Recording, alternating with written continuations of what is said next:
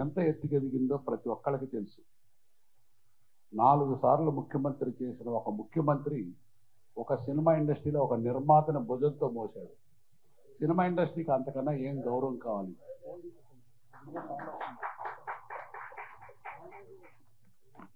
ఒక మనిషిగా పుట్టడం, మనిషిగా పుట్టిన వాళ్ళందరికీ సమానం. కానీ ఒక మనిషి పోయిన తర్వాత కూడా కలకాలం గుర్తించుకోవటం ఆ మనిషి చేసిన పుణ్యాన్ని బట్టి ఆధారపడి ఉంటుంది. అందులో నాకు తెలిసినంతలో రామారావు, నాగేశ్వరరావు, కృష్ణరాజు, శోభన్ బాబు, ఎస్వి రంగారావు గారు మహామహులు. అందరితో సమకాలికుడు.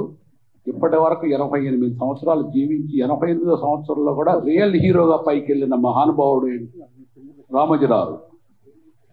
ఆయన గురించి పర్సనల్గా దగ్గరికి వెళ్తే ఎంత మంచి మనిషో ఆయనకి బాగా దగ్గర పరిచయం ఉన్న పరుచూరి వాళ్ళ గారికి, వాళ్ళ నాన్నగారికి. నేను పరుచూరి వాళ్ళ నాన్నగారు ప్రియా పికిల్స్లో రాఘవయ్య గారు, ఆయన దగ్గర రామోజీరావు గురించి చాలా తెలుసుకున్నాను. నాకు 1982లో ఒక విమానం ఎక్కినప్పుడు నా పక్క సీట్లో ఆయన పరిచయం, అదే రామోజీరావు నాకు పరిచయం దాదాపు 42 ఇయర్స్ క్రితం. ఆ పరిచయం చివరి రోజు వరకు నాకు అంటే నా పర్సనల్గా ఆయన ఏమనాలంటే వైట్ పేపర్ మీద సంతకం పెట్టి మీ ఆస్తి మొత్తం నాకు ఇవ్వండి అంటే నాకు రాసి పంపించే అంత దగ్గరయ్యాను. ఆ మహానుభావుడిని ఎంత చెప్పినా అంటే నేను ఆయన గొప్పని కాదు, ఆయన ఎంత ఎదిగినా సరే నేల మీద నడిచే వ్యక్తి ఆయన రామోజీరావు. ఎప్పుడు ఆయన జీవితంలో ఒక అబద్ధం ఆడారగరు. ఒకళ్ళని మోసం చేయాలని తెలియని వ్యక్తి అతను. ఒకళ్ళ సొమ్ము తీసుకుందామని తెలియదు. తన శక్తితో తనకు పైకొచ్చి 10 మందిని పోషించుతాం అనే ఒక్క భావనే ఆయన ఈ స్టేజ్కి రావడానికి కారణం. ఆయన డిసిప్లైన్, ఆయన సిన్సియారిటీ, ఆయన ఆనెస్టీ 1% వచ్చినా చాలు, 1% వచ్చినా సరే మన జీవితంలో నిశ్చింతగా బతకగలం. అట్లాంటి మహానుభావుల్ని ఆదర్శంగా తీసుకోవటంలో సినిమా ఇండస్ట్రీకి ఆయన ఈనాడు పేపర్ ఉండనివ్వండి, Ramoji films, Priya pickles, shipping units చాలా ఉన్నాయి ఆయనకి. మనకు తెలియని యూనిట్స్ కూడా చాలా ఉన్నాయి ఆయనకి. అయినా సరే మన సినిమా అంటే ఆయనకి ఎంత ప్రాణమో మీ అందరికీ తెలుసు. ఒకసారి చిన్న నిర్మాతలు అందరినీ తీసుకెళ్తే ఆయన దగ్గరుండి ఆయన చేతితో వడ్డించి మీకేం కావాలని ఆప్యాయత పలకరించారు. ఇవాటికి మీ అందరికీ తెలుసు రామోజీ ఫిలిం సిటీకి మనం ఎవరన్నా అడుగు పెడితే అది మన సొంత ఇంటికి వెళ్ళినట్టు ఉంటుంది, కానీ అది పరాయిగా ఉండదు. ప్రతి ఒక్కళ్ళకి తెలుసు ఆ సంగతి. ఆ రామోజీ ఫిలిం సిటీ అడుగు పెట్టగానే ఒక రకమైన నిండు ధైర్యం. దానికి కారణం రామోజీరావు. మనిషి అన్న తర్వాత వెళ్ళిపోవాల్సిందే, తప్పదు, అది మన చేతిలో ఉండదు. కానీ వెళ్ళిపోయిన తర్వాత ఇంకా ఇంకా ఇంకా రోజు రోజుకి ఆయన ఖ్యాతి మెరుగుపడుతూనే ఉంటుంది. ఆయన లేరని ఆ ఒక్క భావం కూడా ఉండకూడదు. ఆయన అంత ఆర్గనైజ్ చేశారు. అంచేత మన మిగతా బిజినెస్లో ఆయనకు ఉన్నాయండి, అది డిఫరెంట్. బట్ ఆయన ఒక మానవ రత్నం. రేపు భారతరత్న ఇచ్చినా కూడా ఆ భారతరత్న కూడా ఆయన ఈక్వల్గా ఉంటారు తప్ప ఒకటి ఎక్కువ ఒకటి తక్కువ ఉండదు. ఆయన ముందు మానవ రత్నం నాకు తెలిసినంత వరకు. అంచేత సినిమా ఇండస్ట్రీకి ఇంకా ఎన్ని యుగాలు ఉన్నా సరే ఆ మహానుభావుని మర్చిపోలేము. ప్రపంచంలో పెద్ద స్టూడియో కట్టాడు. మన తెలుగు వాళ్ళందరికీ గౌరవం.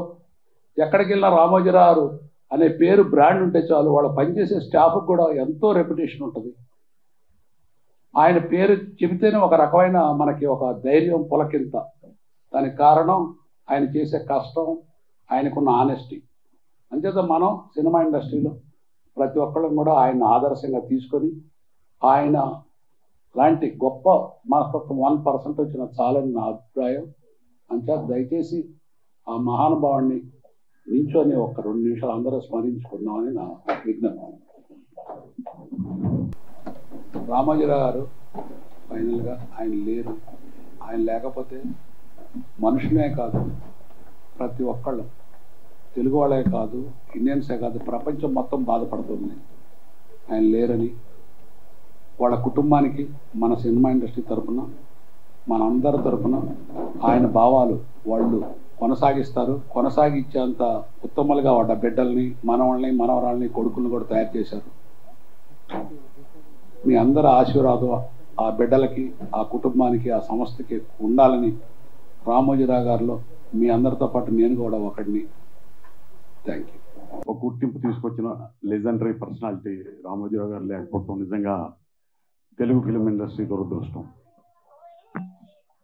మద్రాసులో ఎన్నో స్టూడియోలు, ఎంతో గొప్పగా ఉన్న ఫిలిం ఇండస్ట్రీ మద్రాసులో సినిమా అంటే మద్రాసు లేకపోతే బాంబే అనే స్టేజ్లో అందరూ మద్రాసు నుంచి ఇక్కడికి తరలి వచ్చిన సందర్భంగా అక్కడొక స్టూడియో, అక్కడొక స్టూడియో, ఎక్కడెక్కడో స్టూడియోలు ఉండేవి చాలా దూరంగా.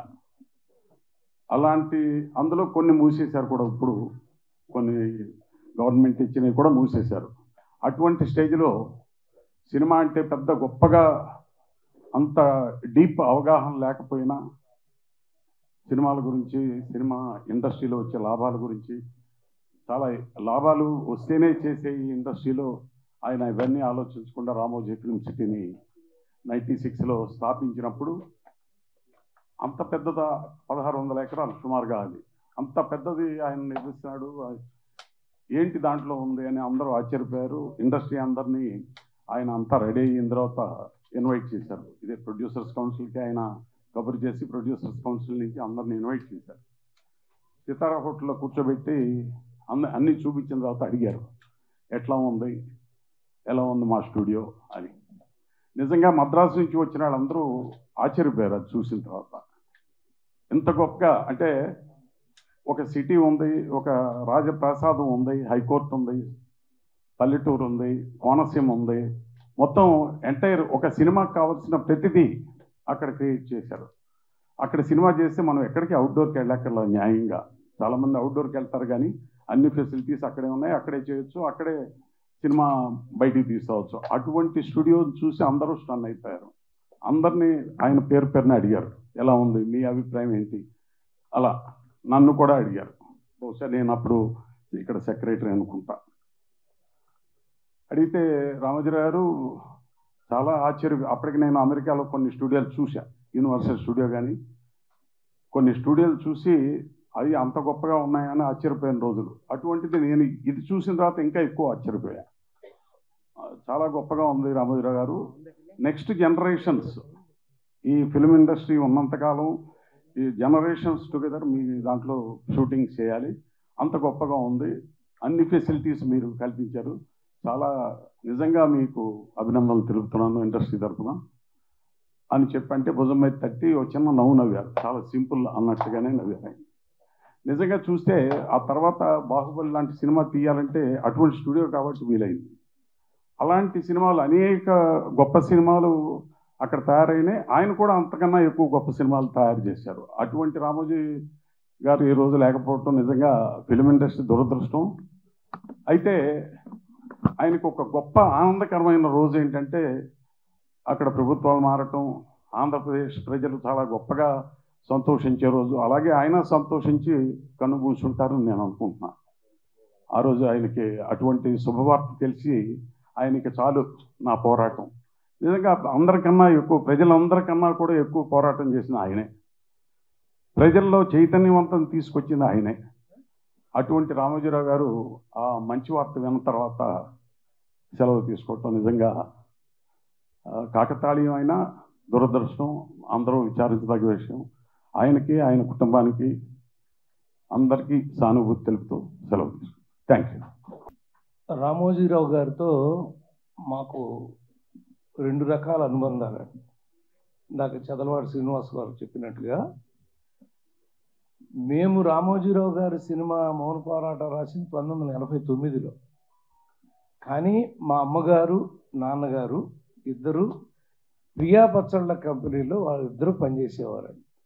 ఇప్పుడు మీరు తింటున్న ప్రియా పచ్చళ్ళన్నీ మా అమ్మగారిదే మొత్తం. అదంతా కూడా ఆవిడ ఏ కిలోకి ఏదేది వేయాలి అనేది అలా కాగితం మీద రాసిచ్చి ఎప్పటికీ కూడా ఆ పచ్చళ్ళలో మా అమ్మగారిదే నడుస్తుంది. కాబట్టి ముందు అనుబంధం మా అమ్మగారి, నాన్నగారు. మేము మౌన పోరాటం దాకా వారితో కలిసి పనిచేయలేకపోయేవాడిని. ఎందుకంటే మీకు తెలుసు 1982-83లో సక్సెస్లు వచ్చిన తర్వాత విపరీతమైనటువంటి ఒత్తిడి, సంవత్సరానికి 20-30 సినిమాలు. ఆయనకి అలా కుదరదండి. ఆయనకి రావాలి, కూర్చోవాలి, వినాలి, రాయాలి, 1-2 సార్లు రాసి బైండ్ ఇవ్వాలి. అంత ఇచ్చే పరిస్థితి లేని సమయంలో అలా. కానీ ఈ మౌన పోరాటానికి మాత్రం అంటే అద్భుతమైన సినిమా అంతకు ముందే తీశాడండి ఆయన. ప్రపంచం అంతా ఒకసారి నిస్తేజం అయిపోయిన సినిమా ప్రతిఘటన. అసలు ఆ సినిమాతోనే సినిమా అంటే కేవలం వినోదం కాదు, విజ్ఞానం కూడా, ప్రజల్లో మార్పు తీసుకురావాల్సింది ఈ సినిమా ప్రపంచమే అనేటువంటి ఒక అద్భుతమైనటువంటి నీతిని ఆయన సినిమా ప్రపంచానికి అందించాడండి ప్రతిఘటనతో. ఆ తర్వాత ఎవరో ఒక అమ్మాయి, ఆవిడ చిన్న అన్యాయానికి గురైతే మౌన పోరాటం చేసి ఆ అమ్మాయి గెలిచినటువంటి ఒక పేర అది చూసి మోహన్ గాంధీ గారిని దర్శకుడిగా పెట్టి మమ్మల్ని పిలిపించి, ఇది మీరు రాయాలి, ఆర్డర్ వేయండి అంటే, సార్ ఎంత ఉంది మాకు తెలియదు, ఇది ఎంతున్నా అది వాళ్ళ హృదయాల్లోకి వెళ్ళిపోయేలాగా తయారు చేయాలి అన్నప్పుడు ఆ మౌన పోరాటం సినిమా మీలో చాలామంది చూసి ఉంటారు. అది ఒక అద్భుతం అండి. అంతే, ఒక చిన్న డౌన్ ట్రాడన్ లేడీ అంత పోరాటం చేస్తుందా, అలా గెలవగలదా, ఇది నిజమేనా అని ఎవరు అడగలేదండి. అది నిజమే అని నమ్మారండి. అలా ఆ చివరిలో కాసేపు తడబడ్డామండి. వాళ్ళిద్దరిని కలిపిన తర్వాత నా బిడ్డని అతను ఒప్పుకున్నాక ఆ భార్యాభర్తలతో కలిపి ముగిద్దామండి అంటే ఆయన ఒప్పుకోలే. క్వశ్చన్ లేదు, ఆయన వెళ్ళిపోవాలంటే ఆ పాపను తీసుకుని ఆయన వెళ్ళిపోతా ఆ లాస్ట్ షాట్ వేయించాడు. ఆ తర్వాత ఇంకా 4-5 సినిమాలు రాసామండి. బట్ ఈ సినిమా అనేది మౌన పోరాటం మాకు జీవితంలో అంటే, నీ వెనకాల ఏమున్నాయి సినిమాలు అంటే, మనం ఈనాడు ఒకటి, మౌన పోరాటం ఒకటి, ఇట్లా మేము రాసిన 400 సినిమాల్లో 10 సినిమాలు చెప్పుకోగలమండి. ఎందుకంటే ప్రపంచం మొత్తం కూడా దాన్ని మెచ్చింది. అలాంటి సినిమాల్లో 2 వారి దగ్గర వచ్చినాయి. అంచేత పత్రికా ప్రపంచం అండి ముందు. నాక్షరః అక్షరః, క్షరము లేనిది అక్షరము అంటే నాశనము లేనిది అక్షరం. ఆయన అక్షర యోధుడు, అక్కడ పెట్టుకుంటాం మనం హెడ్డింగ్ లైన్ని. అక్షరాన్ని ఆయుధంగా చేసి, అక్షరం బాణంగా వెళ్ళి కొట్టడం ఏంటండి అసలు? ఎవరైనా కొట్టగలరా? ఆ ధైర్యం ఉండాలిగా ముందు. నేనేమైపోతానో, నా పేపర్ ఏమైపోతుందన్న భయం ఉంటుందిగా. అవేమీ కూడా లేకుండా ఒక అద్భుతంగా పత్రికా ప్రపంచంలో ఈనాడు అనేది వచ్చిన తర్వాత వచ్చినటువంటి సంచలనమైన మార్పు మిగతా పత్రికల్లో కూడా అప్పుడు చాలా ఉండేయండి. ఆంధ్రపత్రిక, ఆంధ్రజ్యోతి, విశాలాంధ్రప్రదేశ్, ఇలా మాకు చాలా ఉండేవి మా పత్రికలు. కానీ గవిక్రి అరే పేపర్ చూసావా ఇదంటే ఏమనేవారు తెలుసా అండి? ఈనాడులో పడిందా అని అడిగేవారు. అంటే ఈనాడులో ఉంటే నమ్మండి అని. ఎంత విశ్వాసాన్ని సంపాదించాడు మహానుభావుడు. హ్యాట్స్ ఆఫ్ అండి ఆయన. అలా ఒక పత్రికలో, ఒక టీవీలో వచ్చిన వార్త నిజము అని అంటే ఆ టీవీలో వచ్చిందా, ఆ పత్రికలో వచ్చిందా అని అంత గొప్ప సంపాదించి 88 సంవత్సరాల సుదీర్ఘ జీవితంలో తప్పు అంటే ఏంటో తెలియకుండా, అసత్యము అంటే ఏంటో అర్థం తెలియకుండా నీతి నియమాలతో బ్రతికినటువంటి మహానుభావుడు మాకు భీష్మాచార్యుడు ఆయన. అటువంటి భీష్మాచార్యులు గారికి శిరస్సు వంచి నమస్కరిస్తూ మీ అందరి పక్షాన, మన పత్రికేయ ప్రపంచం పక్షాన, మన సినిమా ప్రపంచం పక్షాన వందనాలు తెలియజేస్తూ సెలవు తీసుకున్నాను. నమస్కారం. తెలుగు ఫిల్మ్ ఇండస్ట్రీ మరియు 24 క్రాఫ్ట్లు అనగా producers council, movie artist association, writers association, అన్ని అసోసియేషన్లు నిర్వహిస్తున్న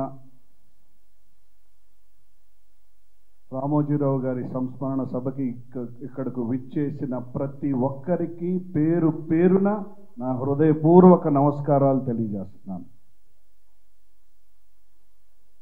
రామోజీరావు గారు ఒక వ్యక్తి కాదు, ఒక వ్యవస్థ.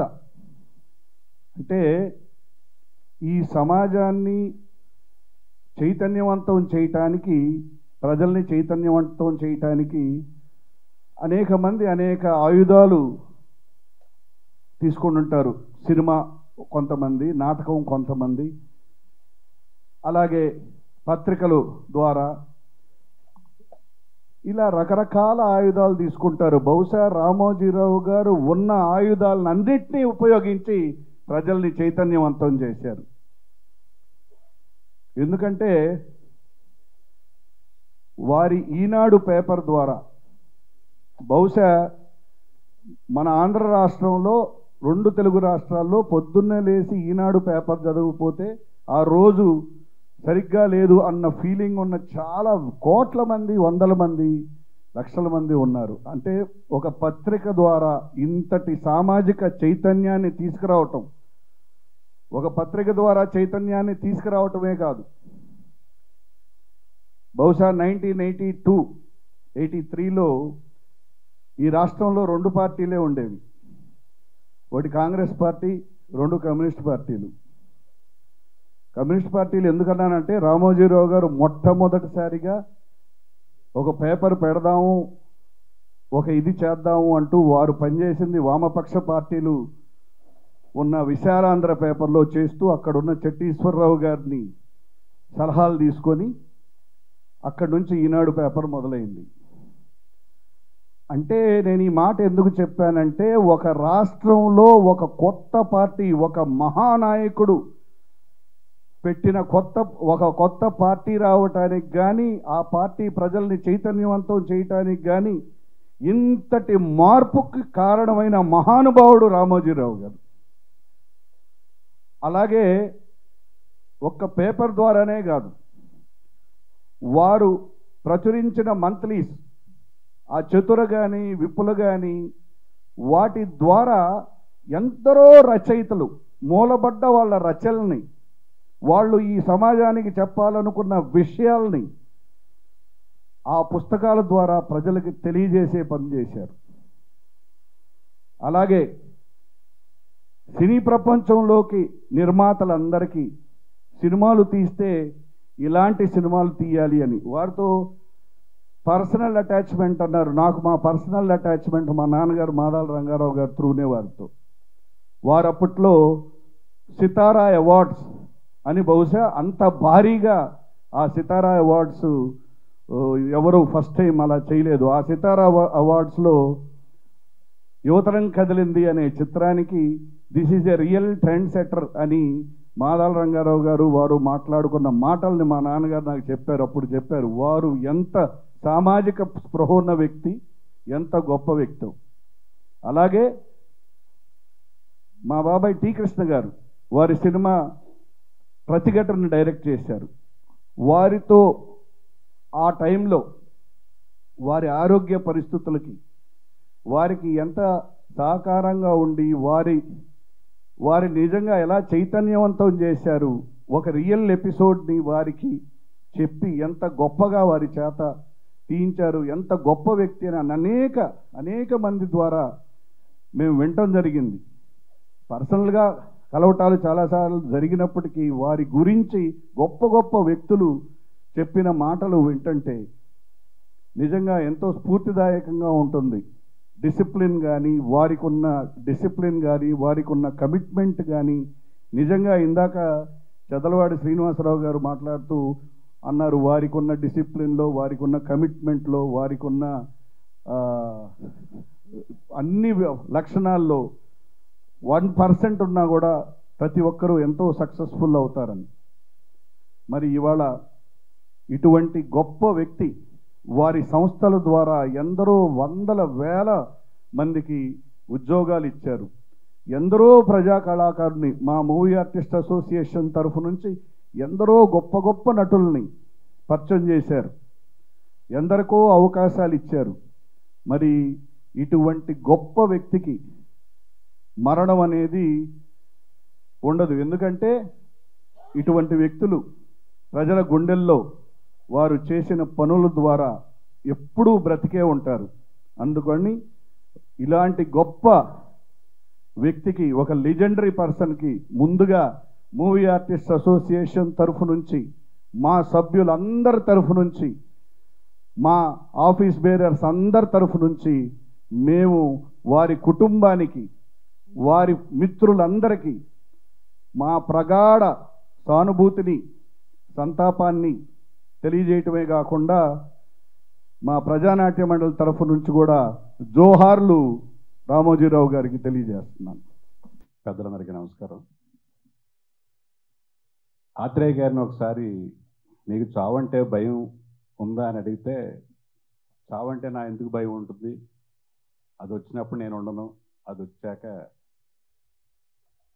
నేను ఉండను, అది వచ్చిన తర్వాత భయం ఎందుకు ఉంటుంది అన్న లెవెల్లో ఆయన చెప్పారు. అదే మళ్ళీ నేను ఉన్నప్పుడే సార్ నేను ఉన్నప్పుడు అది రాదు, అది వచ్చాక నేను ఉండను. మళ్ళీ అంత తాత్విక చింతనని ఆయన సొంతంగా స్మృతివనాన్ని ఆయనే నిర్మించుకోవటం అనే దాంట్లో చూశాను. ఆయన ఆ స్మృతివనం ఎలా ఉండాలో దగ్గరుండి చేయించుకోవటం, అంటే చాలామందికి ఆత్మస్థైర్యం ఉంటే కానీ అలాంటి పని చేయలేరు.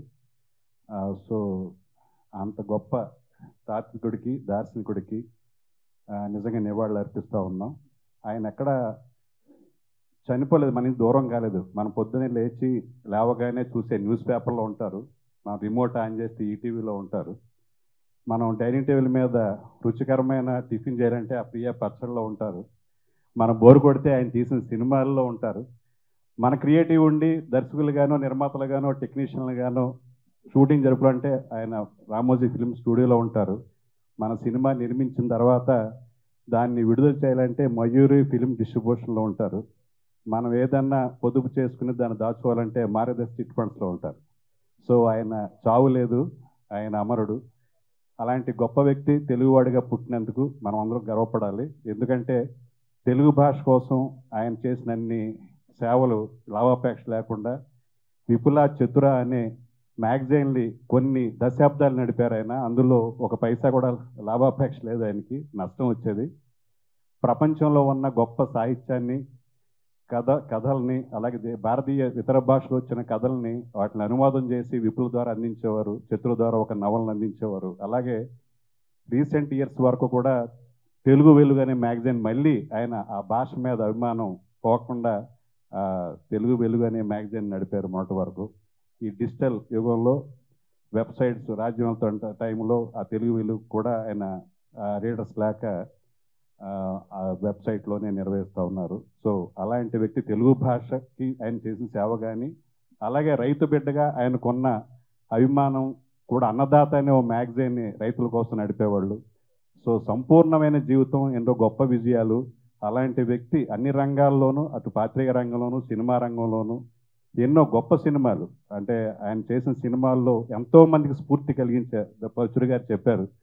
ప్రతిఘటన అనే సినిమా మేము చిన్నప్పుడు చూసి బయటకు వస్తుంటే ఎవరైనా రౌడీ కనిపిస్తే వాడిని ఇరగొడదామన్నంత ఇన్స్పిరేషన్ వచ్చేది.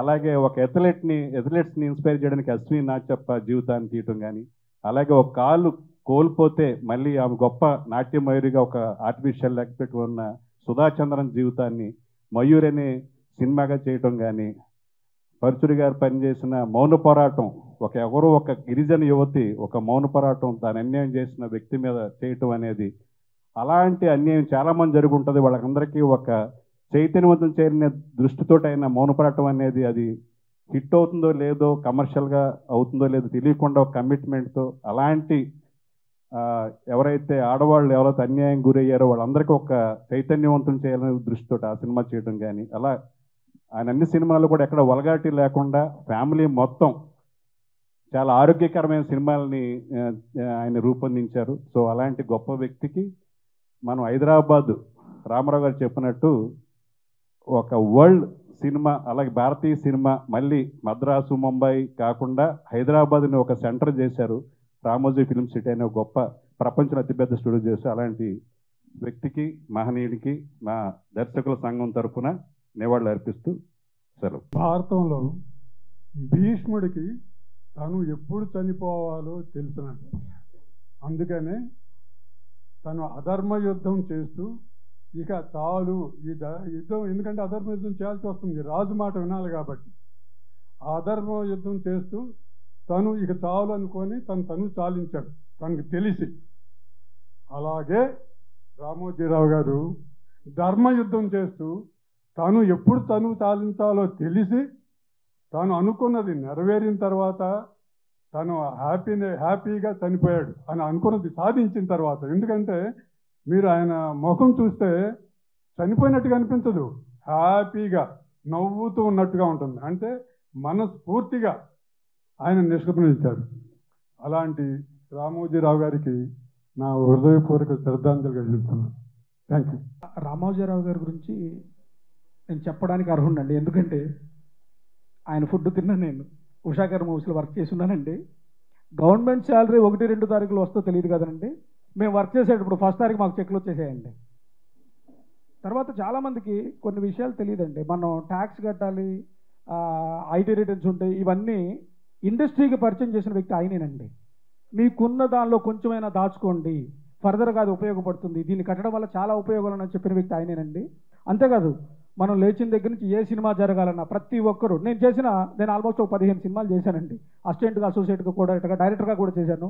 నా ప్రతి సినిమా ఫిల్మ్ సిటీలోనే జరిగిందండి. ఇక్కడున్న ప్రతి దర్శకుడు నాకు తెలిసి 99%, అతిశయోక్తి కాదు, ప్రతి వాళ్ళు ఫిల్మ్ సిటీలో చేసిన వాళ్ళే.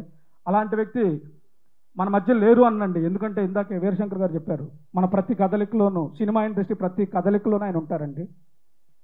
ఒక మనిషి ఎదగడానికి ఊర్లో గొప్ప అనిపించుకుంటాడు, మండలంలో గొప్ప అనిపించుకుంటాడు, జిల్లాలో అనుకుంటాడు, లేకపోతే రాష్ట్రం అనిపించుకుంటాడు. దేశం గర్వించదగ్గ వ్యక్తి అండి ఈయన. సో మనం ఇప్పటి వరకు మొన్న May 4th directors day Dasari Narayanarao గారికి ఎలా అయితే ఒక డేని అనుకున్నామో, అలా గురుగారు రామోజీరావు గారికి కూడా మన ఇండస్ట్రీ తరఫున అందరూ ఒక డే అనుకొని ఆయనకి సెలబ్రేషన్ చేస్తే బాగుంటుందని నా ఉద్దేశం అండి. Thank you so much. సభకు నమస్కారం. నా పూర్తి పేరు ఉమర్జీ అనురాధ. నేను తెలుగు సినీ రచయితల సంఘం ప్రధాన కార్యదర్శిని. నాకు మా చైర్మన్ గారితో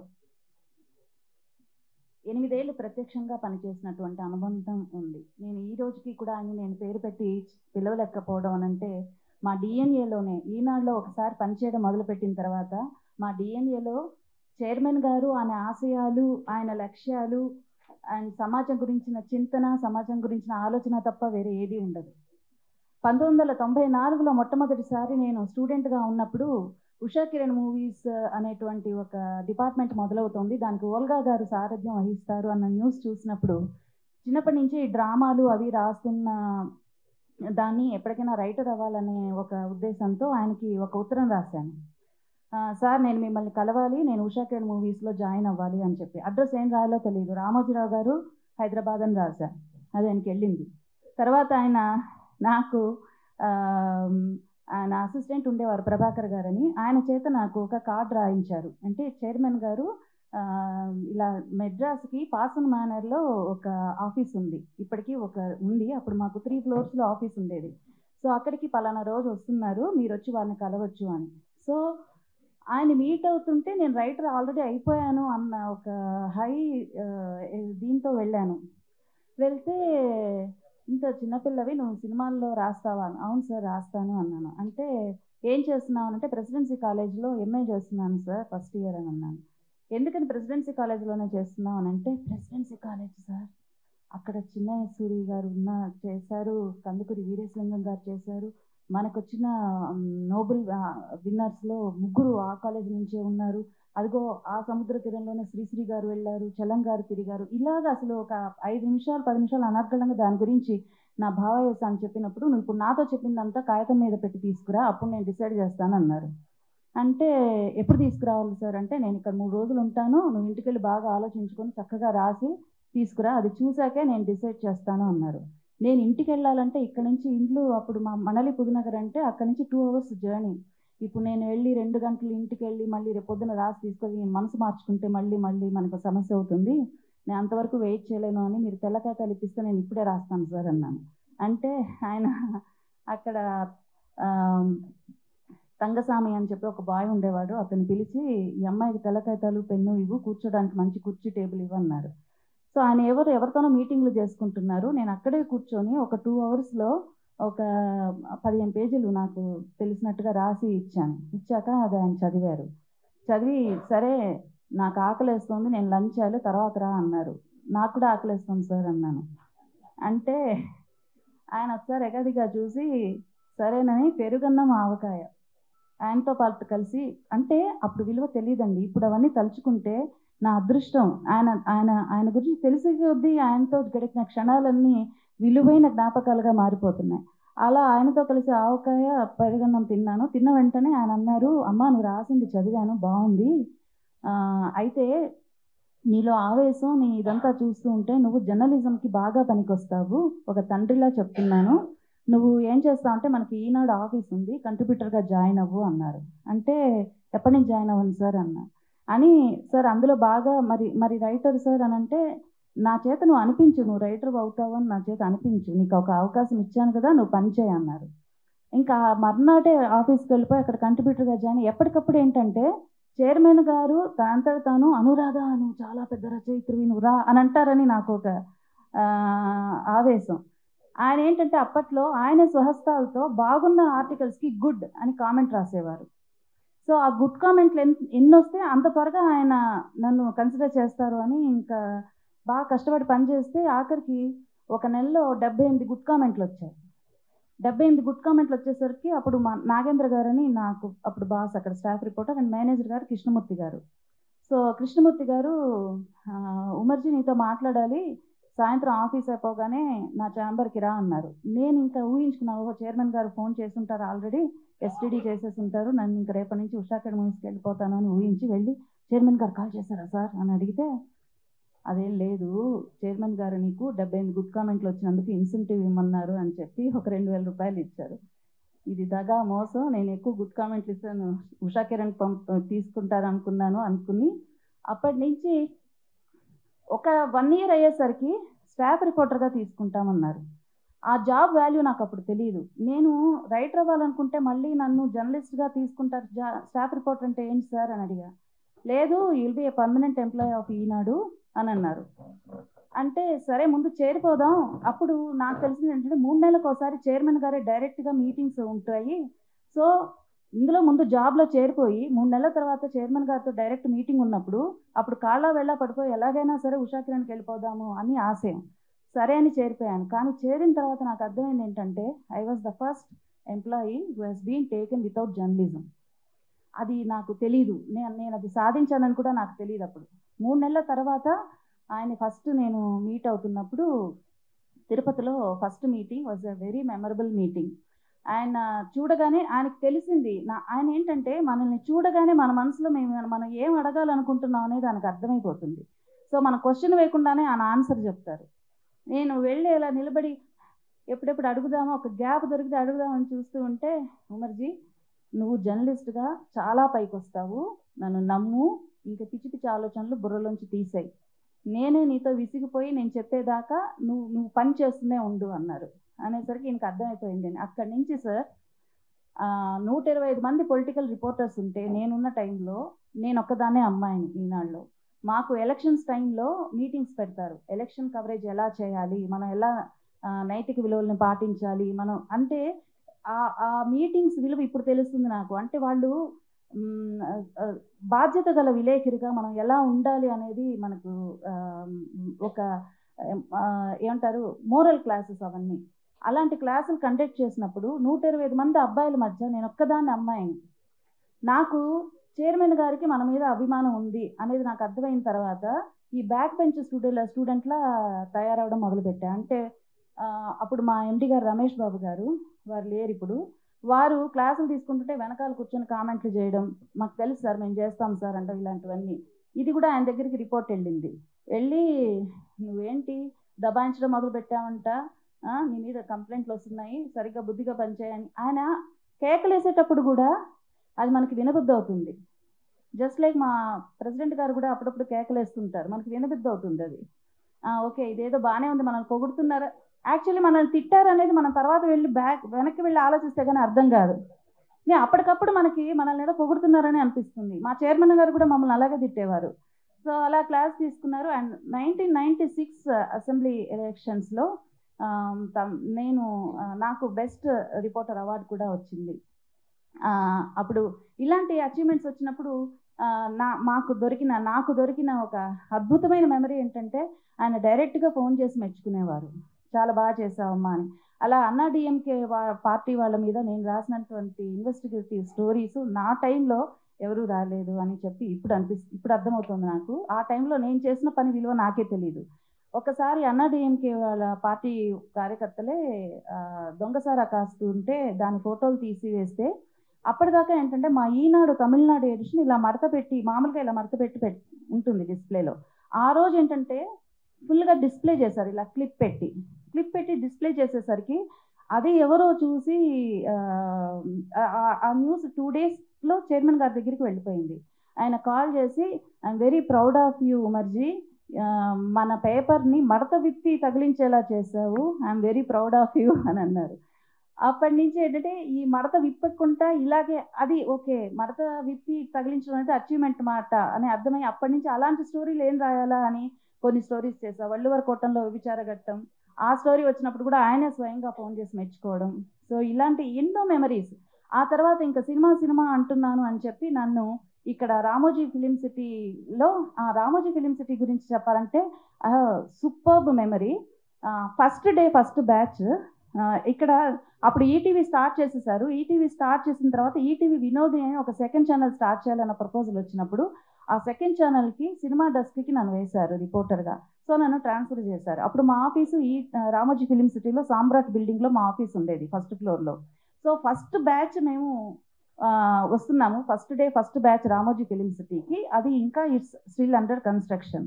అయితే ఈ బస్సు నడిపే డ్రైవర్కి ఏంటంటే అప్పుడు మనకి మెయిన్ డోర్ వైపు ఉండేది కాదు, ఇట్లా ఈ పక్కన ఒక చిన్న సందులాగా ఉండేది అనాస్పూర్ అని, అందులోంచి వెళ్ళాల్సి వచ్చేది సాంఘీ టెంపుల్ మెయిన్.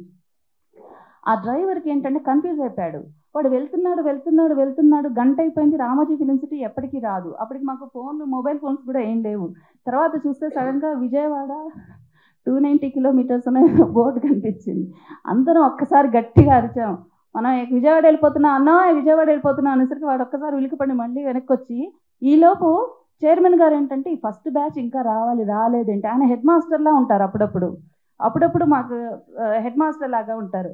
వచ్చి గబగబా సామ్రాట్ బిల్డింగ్లోకి వెళ్ళబోతుంటేనే ఆయన కారులో చూస్తున్నారని అర్థమైంది. పారిపోతున్నాయంటే ఇంత లేట్ అయింది ఏంటి అంటే ఇది జరిగింది అని అన్నాను.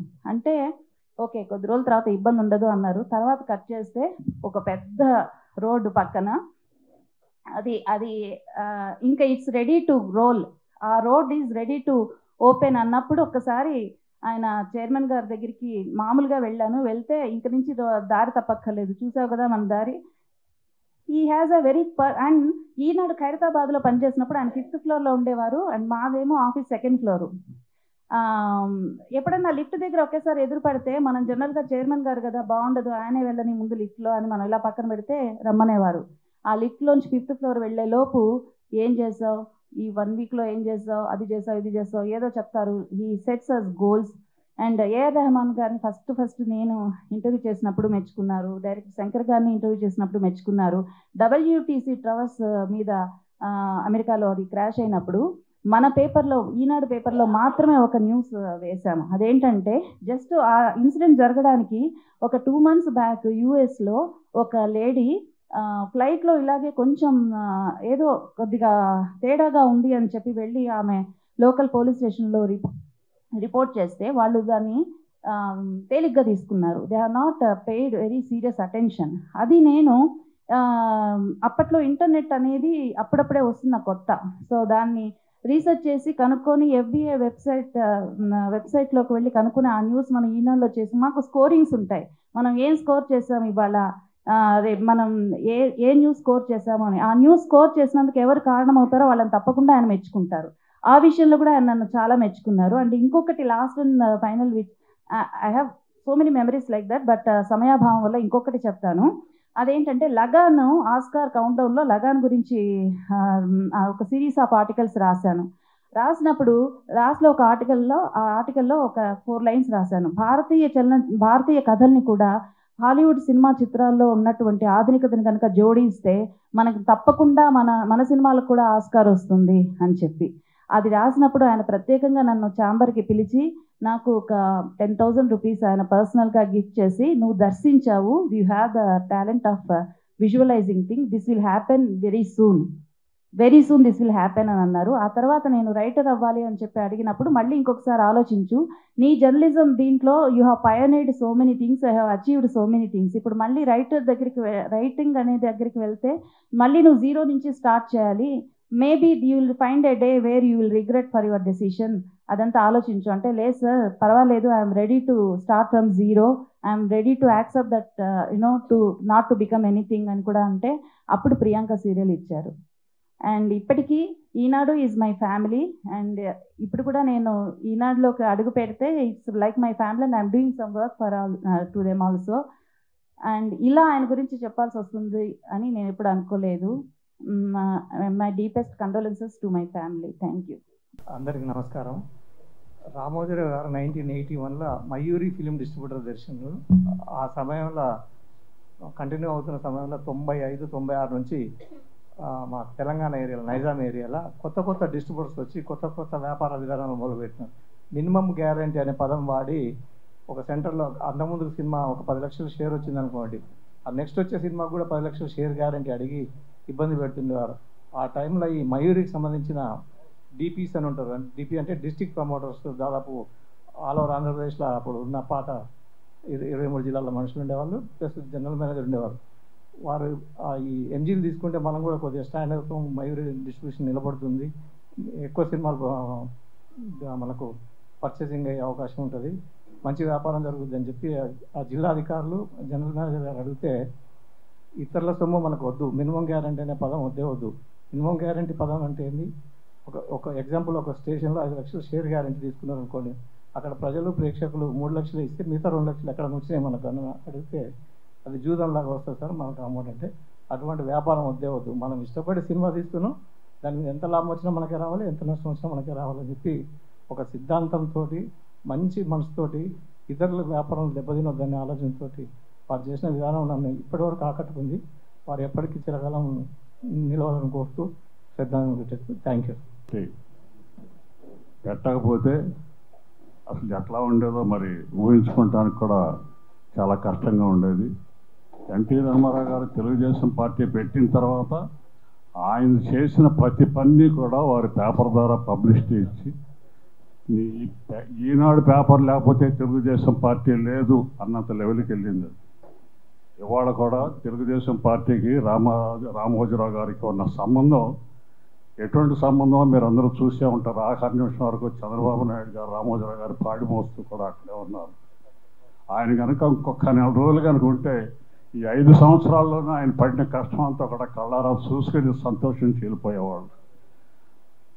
ఆయన్ని పెట్టిన ఇబ్బందులు, ఆయన్ని పెట్టిన బాధలు మిగిలిన వాళ్ళందరూ కూడా ఇవాళ మార్గదర్శి మీద చాలామంది ఎన్నో రకాలుగా మాట్లాడారు. ఇవాళ మార్గదర్శి కనుక లేకపోతే ఎన్ని వందల ఫ్యామిలీస్ రిటైర్ అయిపోయిన ఎంప్లాయీస్ అందరూ కూడా అక్కడే డబ్బు దాచుకొని చాలా హ్యాపీగా ఆయన మీద నమ్మకంతో ఉన్నారు. ఇవాళ ఒక ఫిలిం సిటీలో కానివ్వండి, ఒక ఈనాడులో కానివ్వండి, ఒక సితారా కానివ్వండి, ఒక మయూరి కానివ్వండి, ఒక ఉషాకిరణ్ మూసి కానివ్వండి, ఎన్ని వేల మంది పనిచేస్తున్నారో, ఎన్ని ఫ్యామిలీస్ ఆయన మీద ఆధారపడి ఉన్నాయో మీకు అందరికీ తెలుసు. ఇవాళ ఈ ఎవరో రాజకీయాలు కనుక వీళ్ళు చెప్పే మాటలు, ఈ కుతంత్రాలు చూసి నాకెందుకు ఈ మార్గదర్శి, నాకెందుకు ఈ ఈనాడు, నాకెందుకు అనుకుంటే ఎన్ని ఫ్యామిలీస్ రోడ్డు మీద పడేవి కూడా మీరు ఆలోచించండి. కాబట్టి ఆయనకి ఎంతోమంది, ఎన్నో ఫ్యామిలీస్ ఆయన మీద ఆధారపడి బతుకుతున్నారు. ఆయన లేని లోటు ఎవరు తీర్చలేనిది. వారి ఆత్మకు శాంతి కలగాలని మనస్ఫూర్తిగా కోరుకుంటూ సేవ చేస్తారు. రామోజీ గారు నాకు ఆయన ఫ్యామిలీ పరంగా తెలుసు, కానీ ఆయనతో నాకు మొదటి పరిచయం అనేది 1991-92 మధ్యలో జరిగింది. ఆయనకు వైజాగ్లో డాల్ఫిన్ హోటల్ అని ఉండేది, అట్లాగే మా ఫ్యామిలీకి అప్సరా హోటల్ అని ఉండేది. సో మా ఫ్యామిలీ తరఫున అప్సరా హోటల్ అప్పుడున్న ఆంధ్రజ్యోతి నేను హ్యాండిల్ చేసేవాడిని అక్కడ వైజాగ్ బ్రాంచ్కి. ఆ టైంలో యూనియన్ ఇష్యూస్ వచ్చినప్పుడు ఆ పర్టికులర్ విషయంలో మాట్లాడదానికి నేను డాల్ఫిన్కి ఆయన వచ్చినప్పుడు 3 రోజులు ఉంటారు అక్కడ. ఉన్నప్పుడు కలెక్టర్ జరిగింది, అది ఫస్ట్ మీటింగ్ ఐ హ్యాడ్. అక్కడి నుంచి కూడా దాని తర్వాత ఆయన ఫిల్మ్ సిటీ మొదలు పెడతాం. ఫిల్మ్ సిటీలో ఫస్ట్ సినిమా ఓపెన్ అయినప్పుడు అర్జున్ రాజు గారు ప్రొడ్యూసర్గా ఉన్నప్పుడు మొదలుపెట్టినప్పుడు అట్లా జర్నీ వెంట ఆన్. అందరికీ ఎక్స్పీరియన్స్ ఉంది, అందరూ ట్రావెల్ ఉమర్జీ చెప్పినట్టు they have a long travel. Fourth estate అనేది ఆయన మెయింటైన్ చేసినట్టు ఎవడు మెయింటైన్ చేయలేదండి. Fourth estate is media. So I think maybe he's only one person, at least in Indian this continent. Yellow journalism తావు లేకుండా మెయింటైన్ చేశాడు ఆయన. ఎవరు ఏమనుకున్నారో నాకు తెలియదు. అనుకున్నారు, చాలామంది చాలా అనుకుంటారు. ఆయన కమ్మ అని చెప్పి కమ్మకి తీసిన చాలా దాఖలాలు ఉన్నాయి, ఇది టీడీపీ చూసినప్పుడు కానీ ఎన్ని కానీ. But I don't think he was that personality at all. ఆయన సమాజానికి ఏం కావాలి, హ్యూమానిటీకి ఏం చేయాలి, కీపింగ్ ఆల్ ఏమంటారు ఈ what you call that caste, creed and all this aside, he used to address that. I think he's one of the supreme personalities like that. ఈ మధ్య legendary personality అని చాలా మందికి ఆహ్వానిస్తుంటాం. It's become a fashion, but I think he's a true legend. He's one of the true legends of our country, and especially for the media. And ఎన్నో వ్యాపారాలు, ఎన్నో కుటుంబాలు, ఎవరు చెప్పారు ఇందాక, పునాన్ గారు వీళ్ళందరూ చెప్పారు. ఐ థింక్ అన్ని కుటుంబాలని స్టాండర్డ్గా past so many years, so many businesses is taking care of them. Their love will always be with their family. And నా ప్రగాఢ సాధమూర్తి అండి, వాళ్ళ ఫ్యామిలీ మెంబర్స్ అందరికీ కూడా I pray the god to give them all the strength to face and the next generation to take over these principles. Thank you very much. పెద్దవారందరూ మాట్లాడారు, మేము మాట్లాడటానికి లేదు అంత గొప్ప వ్యక్తి గురించి. కానీ నా అదృష్టం వారితో, వారి ఇంట్లో నేను ఆర్ఎఫ్సీలో భోంచేసే అవకాశం వారితో, అంటే బాలు బాలు అంకుల్ వల్ల మీ ఇద్దరు వెళ్ళి ఒకరోజు తిన్నాం. ఆ రోజు చాలా ఆయన సలహాలు ఇచ్చారు. This is happened after Aditya 369. వారితో ఇంకా డైరెక్ట్గాను మాకు పరిచయాలు, అంటే అనుభవం అంటే దగ్గరుండి చూడకపోయినా వారి ప్రతి సంస్థతోనూ, అంటే మాకు అది మయూరి కానీ రామోజీ ఫిల్మ్ సిటీ కానీ చాలా సినిమాలు తీసాం అక్కడ. అట్లాగే ETV right from the beginning to till last film like Yashoda, అన్ని సినిమాలు. బాపిరెడ్డి గారు నాకు చాలా చాలా క్లోజ్ మనిషి. వీళ్ళందరితోనూ మాకు ఆ సహచర్యం అనేది ఇప్పుడు ఉంది. ఇప్పుడు లేటెస్ట్గా ఒక 20 రోజులుగా మేము అక్కడే షూటింగ్ కూడా చేసాం. ఇప్పుడు జరుగుతున్న సినిమా అప్పుడు కూడా చిన్న అస్వస్థత ఉంది అని వాళ్ళు బయటికి చెప్పలేక ఒకరోజు 2-3 రోజులు టెన్షన్ అయ్యారు. This is during 15th to 25th of last month May. అప్పుడు కూడా చిన్న టెన్షన్, ఏంటి సార్ అంటే ఏం లేదన్నారు. బట్ బయటికి మాట్లాడకూడదని. ఆ మహానుభావుడు, ఆయన గొప్ప వ్యక్తి, పైగా వేదాంతం, ఆయన వేదాంతి. ఇక ఆయనకి అదే మీరు చూసిన ఇందాక ఆ స్మృతి పదం అనేది ఆయన చేసుకున్నారంటే దాన్ని మించినది లేదు ఆయనకి. హీ హాజ్ రీచ్డ్ మనస్ఫూర్తిగా, మనసా వాచ కర్మణ ఆయన సంతోషంతో వెళ్ళారని మాత్రం చెప్పగలను. ఎందుకంటే ఆ మనసులో ఆ బాధతో పోకుండా ఆ మహానుభావుడు మొన్న ఆయన కళ్ళతో ఒక మనకు తెలుసు, అది రాజకీయాలు నాకు తెలియదు కాబట్టి అవి మాట్లాడచ్చో లేదో నాకు తెలియదు, కానీ ఆయన బాధ పెట్టారు. అట్లాగే ఆ రాష్ట్రాన్ని బాధ పెట్టి ఆయన కళ్ళ ముందు ఇంత బాధపడుతూ కూడా ఆయన ఉంటుంటే అది ఆయన కళ్ళతో అది ఏంటనే చూశారు. అది మామూలుగా చూడాలి, చాలా చాలా ఆనందంగా చూశారు. ఆయన హాయిగా చక్కగా ఆయన ఆత్మ శాంతించుగాక అని మేము నాలాంటి వాడు అనకల. ఆయన శాంతిగానే వెళ్ళారు, నవ్వుతూనే వెళ్ళారు, హాయిగా ఉన్నారు. మనతోనే ఉంటారు ఆయన, ప్రతి పనిలో ఉంటారు. పని అంటే ఎంత ఇన్స్పిరేషన్ అంటే మాలాంటి వాళ్ళం ఇంకేంటి, మన జనరేషన్ మారిందేమో, ఇప్పుడు కొత్త వాళ్ళు వచ్చేసారు కదా, ఇది మనం చేయొచ్చా, మేము దీనికి పెద్ద ఎనర్జీ ఆయన ఇచ్చారండి. పని విశ్రాంతి అనేది పనిలోనే దొరుకుతుంది అనేది మామూలు వర్డ్ కాదండి. నేను మొన్న అదే అనుకున్నా, అది చదువుతుంటే ఈ పత్రికల ద్వారా కానీ మాధ్యమాల ద్వారా, అరే అయితే మనం పని చేస్తూనే పోదాం హాయిగా. అదేంట్రా సాయంకాలం మాట్లాడే ఆయన ఇవాళ లేడా, పర్వాలేదు అలాగే పని చేద్దాం అని. దానికి నిజంగా ఒక ఫుల్ ఎనర్జీ. మళ్ళా ఇప్పుడు ఎక్కడెక్కడో నిద్రాణమై దాగి ఉన్న ఆ నరాల్లో కానీ వీటన్నిటికీ ఆ ఉత్తేజం రామోజీరావు గారు. ఆయన ఆత్మ శాంతించాలని కోరుకోవటం అనేది మన బాధ్యత. ఆయన ఆత్మశాంతిగానే హాయిగా వెళ్ళారు ఆయన.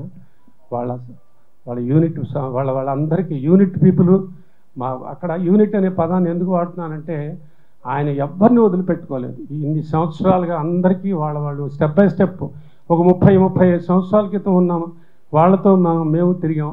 వాళ్ళందరూ వాళ్ళు ఏ స్థానాల్లో ఉన్నారు, ఎవరిని వదిలిపెట్టుకోకుండా వాళ్ళ బాధ్యతలు సక్రమంగా నెరవేర్చగా చేశారు.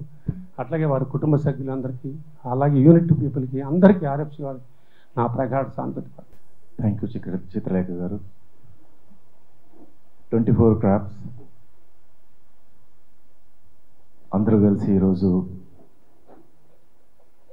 ఒక గొప్ప వ్యక్తి, ఒక మహానుభావుడు, ఎన్నో వేల కుటుంబాలకి మార్గదర్శిగా నిలిచినటువంటి ఒక మహావృక్షం. అలాంటి వృక్షం కింద ఎంతోమంది సేద తీరారు, ఎంతోమంది ఎన్నో రకాలుగా వారి కుటుంబాలను కాపాడుకోవడం జరిగింది. అలాంటి కోవాలో నేను ఒకడిని. ఫస్ట్ నేను ఒక కామెడీ ప్రోగ్రామ్ చేయడానికి హైదరాబాద్కి వచ్చినప్పుడు ఫస్ట్ ఈటీవీలోనే చేయడం జరిగింది. దానికి నేను ఫస్ట్ నంది అవార్డు అందుకుంది కూడా ఆ సంస్థ నుంచే. సో ఆ ఫస్ట్ నందిని ముట్టుకుంది రామోజీరావు గారి సంస్థ ద్వారా, ఆయన చేతుల మీదుగా, అంటే ఆయన పెట్టిన భిక్షే. అది కాకుండా ఎన్నోసార్లు ఆయన చేతుల మీదుగా నేను రివార్డులు అందుకోవడం జరిగింది. అది కాకుండా నా 3వ చిత్రమే ఫుల్ లెంత్ క్యారెక్టర్ చేసినటువంటి ఒక మూవీ ఏదైనా ఉంది, నాకు బాగా పేరు తెచ్చిపెట్టి ఆ మూవీ చూసిన వెంటనే నన్ను వన్ ఆఫ్ ద హీరోగా ఈ తరం ఫిలిమ్స్లో అమ్మాయి కోసంలో నన్ను హీరోగా పెట్టుకునేటువంటి టక్కున 4వ సినిమాకి అంత గొప్ప అవకాశం రావడానికి కారణమైన సినిమా ఆనందం. ఉషా కిరణ్ మూవీస్లో నుంచి వచ్చినటువంటి ఆనందం మూవీ, పర్సు మర్చిపోయిన క్యారెక్టర్. సో త్రోఅవుట్ హీరో పక్కన ఫుల్ లెంత్ క్యారెక్టర్. అలాంటి ఒక గొప్ప మూవీని ఇచ్చి మళ్ళీ వెనక్కి తిరిగి చూసుకోకుండా, అంటే అదే ఫస్ట్ నా హిట్ మూవీ, అది కూడా మరి రామోజీరావు గారు పెట్టిన భిక్షే. సో అలాంటి ఒక గొప్ప వ్యక్తి ఈరోజు మనకు లేరు అనడానికంటే, ఇందాక పెద్దలందరూ చెప్పినట్టుగా ఏదో ఒక రూపంలో ప్రతి రూపంలో ఎక్కడ ఎందుకు వెతికినా అందందు కలడు అన్నట్టుగా రామోజీరావు గారు మన మధ్యనే ఉన్నారు, మన గుండెల్లో ఉన్నారు, మన చేసే పనుల్లో ఉన్నారు. ఆయన ఏదైతే సిద్ధాంతాలతో ఉన్నారో, ఏదైతే సిద్ధాంతాలు పాటించారో అదే సిద్ధాంతాలు మనం కాపాడుకుంటూ వెళ్తే చాలు అన్నంత ఆయన ఆత్మకు శాంతి చేకూరుతుందని చెప్పేసి తెలియజేసుకుంటూ మరొక్కసారి మా 24 క్రాఫ్ట్స్ నుంచి, అలాగే మా కళాకారుల తరఫున, మా మిమిక్రీ కళాకారుల తరఫున, అందరి తరఫున ఆయనకి పాదాభివందనాలు తెలియజేసుకుంటూ ఆయన ఆత్మ శాంతి చేకూర్చాలని మనస్ఫూర్తిగా కోరుకుంటూ సెలవు. మీ శివారెడ్డి. ఆయనతో ఉన్న అనుబంధం చాలా మాకు ఇప్పుడు దాదాపు 30 ఏళ్ళ నుంచి అండి. ప్రతిఘటన, వందే మాత్రం ఇద్దరం కలిసి తీసుకున్నాం అవార్డు ఎన్టీ రామారావు గారితో. ఆయనకి ఫ్యామిలీకి అందరికీ బాగుండాలి. Thank you. This dais is really a privileged dais for a journalist like me, and I has been thriving. Journalism బేస్గా మీడియాలో దాదాపుగా 40 ఏళ్ళుగా ఉన్న నాలాంటి జర్నలిస్ట్కి రామోజీరావు గారు అన్నది ఆయన ఒక కంచుకోటలాగా, ఆయన ఒక పెద్ద shelter, a very big umbrella that no industry can really make or produce. ఎప్పుడు వరల్డ్లో వెర్నాక్యులర్ జర్నలిజం అన్నది ఎప్పుడు ప్రారంభమైందో ఆ తర్వాత ఏ వరల్డ్ లాంగ్వేజ్లోనూ కూడా ఈనాడు లాంటి పేపరు ఒక రీజనల్ లాంగ్వేజ్లో వచ్చి ఇన్నాళ్ళు సస్టైన్ చేయడం అన్నది ఒక రికార్డ్ అయితే, రెండోది ఆయన రామోజీరావు దగ్గర ఉన్న చాలా గ్రేటెస్ట్ క్యారెక్టరిస్టిక్ ఏంటంటే he made journalism his own walk of life. తన జీవన విధానంగా జర్నలిజంను మార్చుకుని దానికి తగ్గట్టుగా అక్కడ జాయిన్ అయిన ప్రతి వాళ్ళని కూడా వాళ్ళకి నిజంగా జర్నలిస్టిక్ యాంగిల్ లేకపోయినా అక్కడ జాయిన్ అయిన వాళ్ళకి ఆ జర్నలిస్టిక్ యాంగిల్ని క్రియేట్ చేసిన ఒక గొప్ప క్రియేటర్ రామోజీరావు. ఎందుకంటే ఈనాడులో పనిచేసే వాళ్ళందరూ కూడా, ఎందుకంటే ఆ భయం భక్తి కూడా రామోజీరావు పట్ల రామోజీరావు గ్రూప్లో పనిచేసే ప్రతి ఒక్కరికి ఉంటుంది. ఎందుకంటే మీరు ఈనాడు ఆఫీసులోకి ఎప్పుడైనా వెళ్ళండి, బార్డర్ మీద పనిచేస్తున్నట్టుగా ఉంటారు లోపల ఆఫీసులో అందరూ కూడా. ఎవ్వడు కూడా ధైర్యంగా ఇలా తల ఎత్తుకునో, లేకపోతే సిగరెట్ కాలుస్తూనో, లేకపోతే పక్కవాడితో కబుర్లు చెప్పుకుంటూనో, అస్సలు పక్కనే రామోజీరావు ఉన్నట్టుగానే ఉంటాడు ప్రతి వాళ్ళు. బయటకు వచ్చాక వాళ్ళ ప్రవర్తన కానీ వాళ్ళ బిహేవియర్ కానీ చూస్తే అంటే మనకే కోపం వచ్చేంత ప్రైడ్ విపరీతం. ఈనాడు ఆ ఈనాడు అన్న ప్రైడ్కి కారణం ఎవరంటే వెనకాతల రామోజీరావు అనమాట. ఒకే ఒకసారి మా మిక్కిలినేని జగదీష్ బాబు గారు, నాకు గుర్తులీడు మెడ్రాస్ నుంచి, ఆయన మొన్న ఆ ఈటీవీ యాక్సిడెంట్లో పోయారు. ఆయన ఈటీవీకి హైదరాబాద్ వచ్చినప్పుడు నన్ను పర్సనల్గా రామోజీరావు దగ్గరికి ఒకసారి తీసుకెళ్ళి నా గురించి ఏవో నా గుణగణాలు చెప్పి బాగా రాస్తాడు, సంగీతం మీద మంచి అవగాహన ఉంది, మంచి ఇంగ్లీష్ వచ్చు, ఇలాగేవో నా మీద ప్రేమాభిమానాలతో ఇంకో 2 ఎక్కువేసి చెప్తే ఆయన నా వైపు సీరియస్గా చూసి, మీరు ఇప్పుడు ఎక్కడ చేస్తున్నారు అని అడిగారు. ఆంధ్రజ్యోతిలో చేస్తున్నాను సార్ అన్న. అంటే తొందరలో వచ్చేద్దరు కానీ అయితే మీరు కూడా అన్నారు. అలాగేనండి అని బయటకు వచ్చేసిన తర్వాత ఐ నెవర్ మెట్ హిమ్. కానీ ఇందాక ఉమర్జీ గారు ముందే చెప్పేశారు నా ముందు మాట్లాడడం వల్ల. కానీ ఆయన ఎంత గ్రేటెస్ట్ కాన్సన్ట్రేషన్ ఆయన పేపర్ మీద అంటే, ఏ జిల్లాలలో ఎవరు ఏ మంచి ఐటెం రాసినా దాన్ని ఐడెంటిఫై చేసి వాళ్ళకి ఒక బహుమానం, ఒక ఈనామని పంపిస్తారు ఆయన సంతకంతో పాటు. చాలా బాగుంది ఆర్టికల్ అని. అలాగే తిట్టినప్పుడు కూడా అంత బ్రహ్మాండంగా తిడతారు. ఎందుకంటే నా స్నేహితుడు ఈటీవీ 2లో పనిచేస్తున్నప్పుడు నేషనల్ న్యూస్ వచ్చినప్పుడు ఆ నేషనల్ న్యూస్కి వెనకాతల వాళ్ళు ఇంటర్నేషనల్ మ్యూజిక్ ఒకటి స్కోర్ చేస్తే మన్నాడు ఆయనకు లెటర్ వచ్చింది, జాతీయ వార్తలకు అంతర్జాతీయ సంగీతమా, నీకు బుర్ర లేదు అని ఒక లెటర్ వచ్చింది ఆయనకి. ఆయన నాకు చూపించాడు, ఏదో చూడమని. తర్వాత ఆఫ్టర్ వెరీ లాంగ్ టైం నేను మెడ్రాస్లో ఆయన కలిసిన తర్వాత, ఇక్కడ ఒక 10 years back, I don't remember properly, ఆ ఫ్లడ్స్ వరదలన్నీ బాగా వచ్చి ముంచెత్తినప్పుడు అందరూ ఈనాడుకి విరాళాలు వాళ్ళకు పంపించినప్పుడు నా ఫ్రెండ్ ఈటీవీలో పనిచేసేవాడు ఈదర్ శ్యాంప్రసాద్ గారు అని, ఆయన క్యాజిల్ టౌన్ పబ్లిక్ స్కూల్ అని స్కూల్ పెట్టారు. స్కూల్ పెట్టినప్పుడు he made me one of the directors to that school. వాళ్ళు రామోజీరావుకి ఒక విరాళం అమౌంట్ ఇస్తూ దాని మీద ఒక కవరింగ్ లెటర్ రామోజీరావుకి ఏదైనా అడ్రస్ చేస్తూ రాయాలని చెప్పి వాళ్ళకి ఐడియా వచ్చి నన్ను అడిగారు ఒక చిన్న లెటర్ రాయండి అని. అంటే నేను వాళ్ళని 2 రోజులు ఏడిపించి 3వ రోజు స్కూల్కి వెళ్ళి I just scribbled few lines అంతే.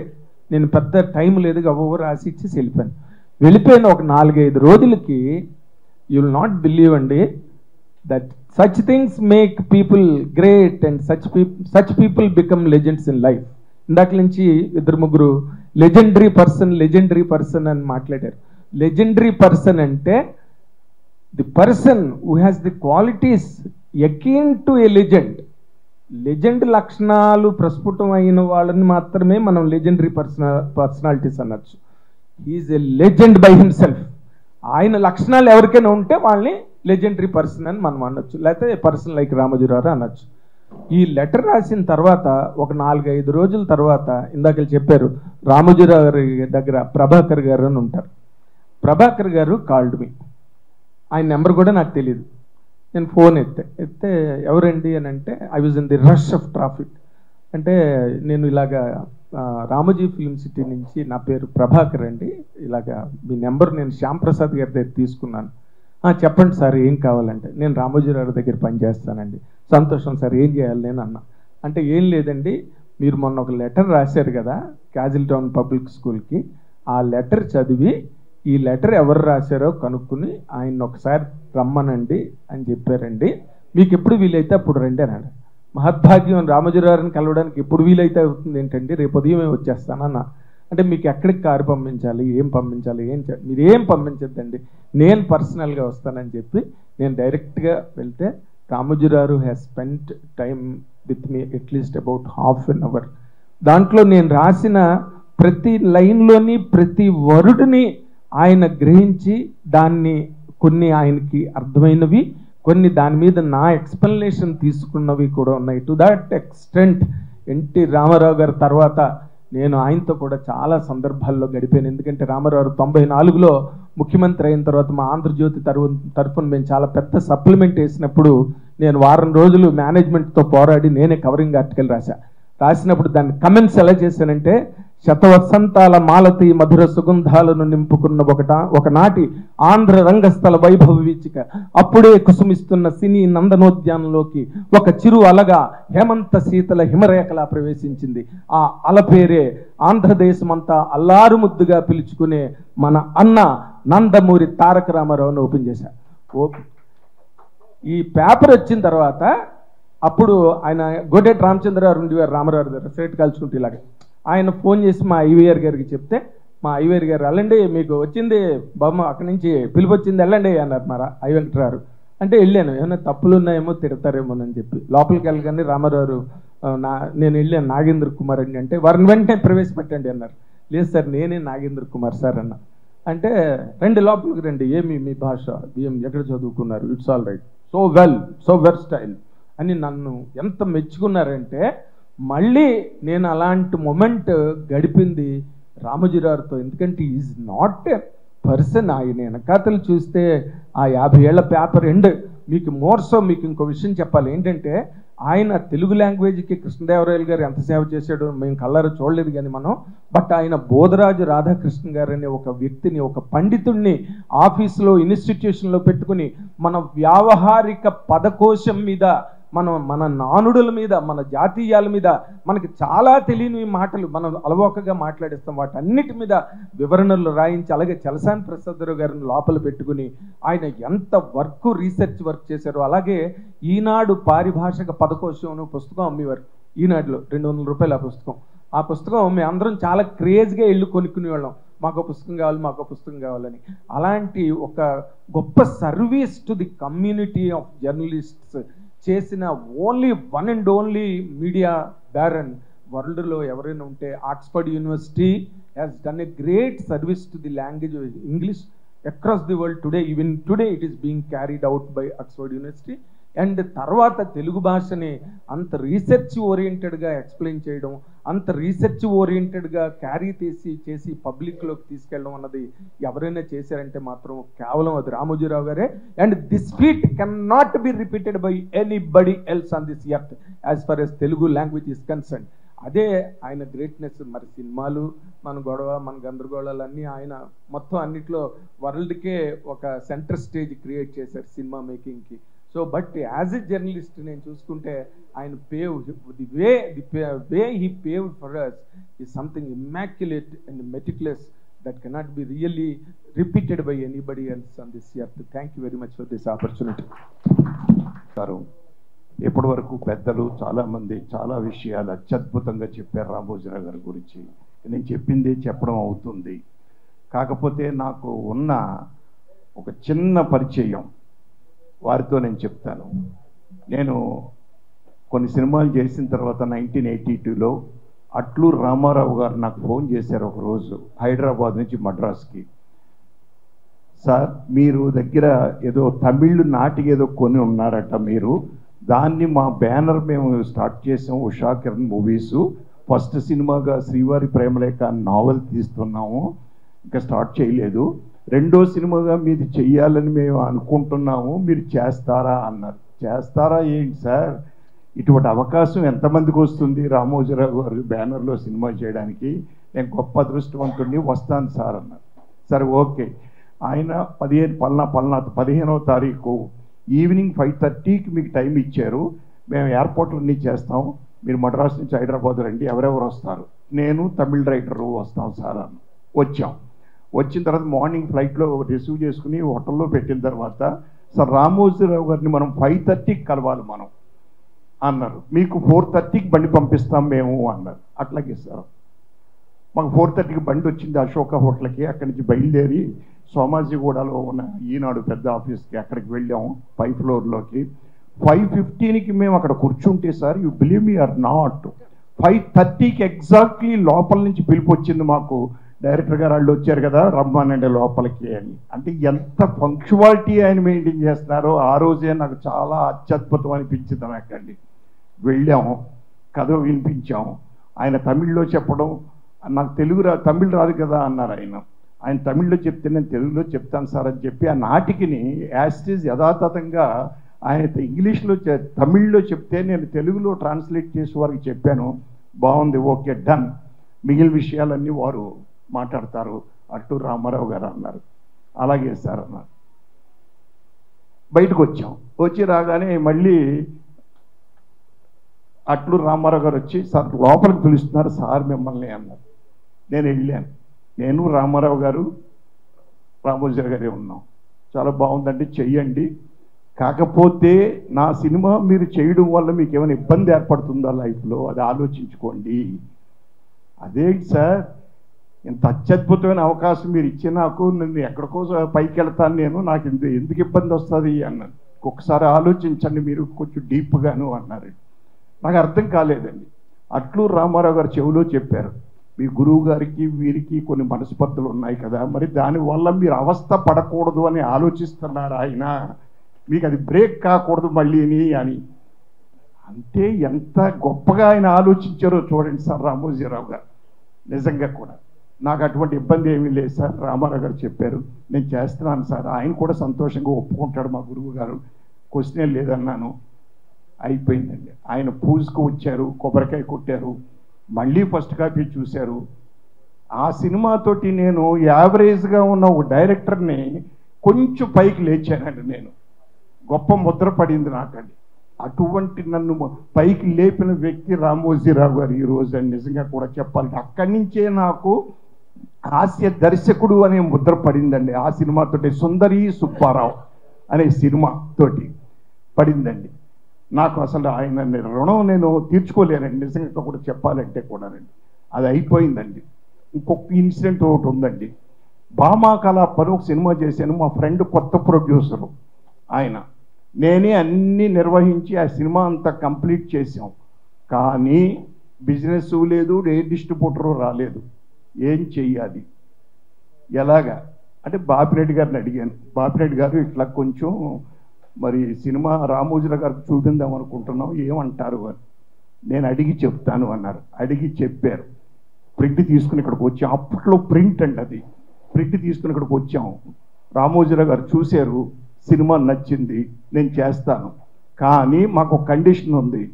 కేశవరావు గారు అని డిస్ట్రిబ్యూటర్ అప్పట్లో ఆయన ఇన్ఛార్జిగా ఉండేవారు. కేశవరావు గారు వారికి చెప్పండి మన కండిషన్స్ ఏంటో అన్నారు. పైసా డబ్బులు మేము ఇవ్వం, సినిమా రిలీజ్ చేస్తాం, మరి మీకు కమిట్మెంట్స్ ఉన్నాయా అని అడిగారు మా ఫ్రెండ్ని పక్కనే. ఉన్నాయి సార్, ఒక 10-15 లక్షల కమిట్మెంట్ ఉందండి అన్నారు. అప్పుడు మేము డబ్బులు ఇవ్వలేం కదా, మరి మీరు అది అరేంజ్ చేసుకుని చేయగలరా అన్నారు. కష్టం అవుతుంది సార్. అయితే మా రూల్స్కి ఎగ్నెస్ట్గా మేము వెళ్ళలేము సార్ అన్నారు ఆయన. సార్ అయితే okay sir, thank you very much. ఆ రోజు January 1, ఇందాక ఎవరో చెప్పారు January 1 వచ్చేటప్పటికి మనకు సైన్ తోటి డైరీ వస్తుంది, ఇట్లా వస్తుంది, శాలరీ వస్తుంది అన్నారే. January 1 రోజు ఆయన ఎవరినైనా కలిస్తే నెగిటివ్ ఆన్సర్ చెప్పరండి ఆయన. నాకు తెలిసింది దాంతో. సరే సార్ మీరు రిలీజ్ చేయొద్దు, కాకపోతే ఒక్క విషయం, దీన్ని ఎలా రిలీజ్ చేయాలో మీ అనుభవంలో నాకు కొంచెం చెప్పండి సార్ అన్నానండి. ఆయన ఆలోచించి భలే లిటిగేషన్ పెట్టారు నరసింహారావు గారు నాకు, మీరు అది ఇది సర్లే మీకున్న కమిట్మెంట్స్ ఏంటో పేపర్ మీద రాసి కేశవరావు గారికి ఇవ్వండి, సినిమా రిలీజ్ చేస్తామన్నారండి. రిలీజ్ చేశారు, ఆ కమిట్మెంట్ ఇచ్చారు, సినిమాలో అవి మినాయించుకున్నారు, ఓవర్ఫ్లో కూడా ఇచ్చారు. ఇది వదిలేస్తే ఇంకొక ఇన్సిడెంట్ ఇక్కడ చెప్పేదండి, ఎందుకంటే కాలాతీతం అవుతుంది. కన్ఫెడరేషన్ అని, ఆల్ ఇండియా కన్ఫెడరేషన్ మీటింగు, అంటే all the federations of India meeting ఇక్కడ పెట్టాలి అనుకున్నారు. ఆ రోజు ఇక్కడ పెడుతున్నారు. అది రామోజీ ఫిల్మ్ సిటీలో పెడితేనే బాగుంటుందని అందరూ ఉద్దేశం, అన్ని ఫెడరేషన్స్ యొక్క ఉద్దేశం అండి. అది భరద్వాజ గారు అప్పుడు ప్రెసిడెంట్ దానికి, మన ఫెడరేషన్కి. సరే ఎక్కడ పెట్టాలి, ఎలా చేయాలి, ఎలాగా అని బాపిరెడ్డి గారి దగ్గరికి వెళ్ళాం. బాపిరెడ్డి గారిని అడిగాం, నేను ఉన్నాను ఆ రోజుండి. అలాగేనండి, తప్పకుండా చేయండి సార్, దానికి కావాల్సిన ఏర్పాట్లన్నీ నేను చేస్తాను, మీరు పైసా డబ్బులు పెట్టుకోక్కర్లేదు అన్నారండి బాపిరెడ్డి గారు. ఓకే సార్, కాకపోతే ఏంటి కాకపోతే, దాసనారాయణ గారు వస్తారు, మరి పర్వాలేదా మీకు, ఆయన అలాగే ఆగిపోయారండి బాపిరెడ్డి గారు. ఆగిపోయి నేను రామోజీరావు గారిని అడిగి ఏ విషయం చెప్తాను సార్ అన్నారు.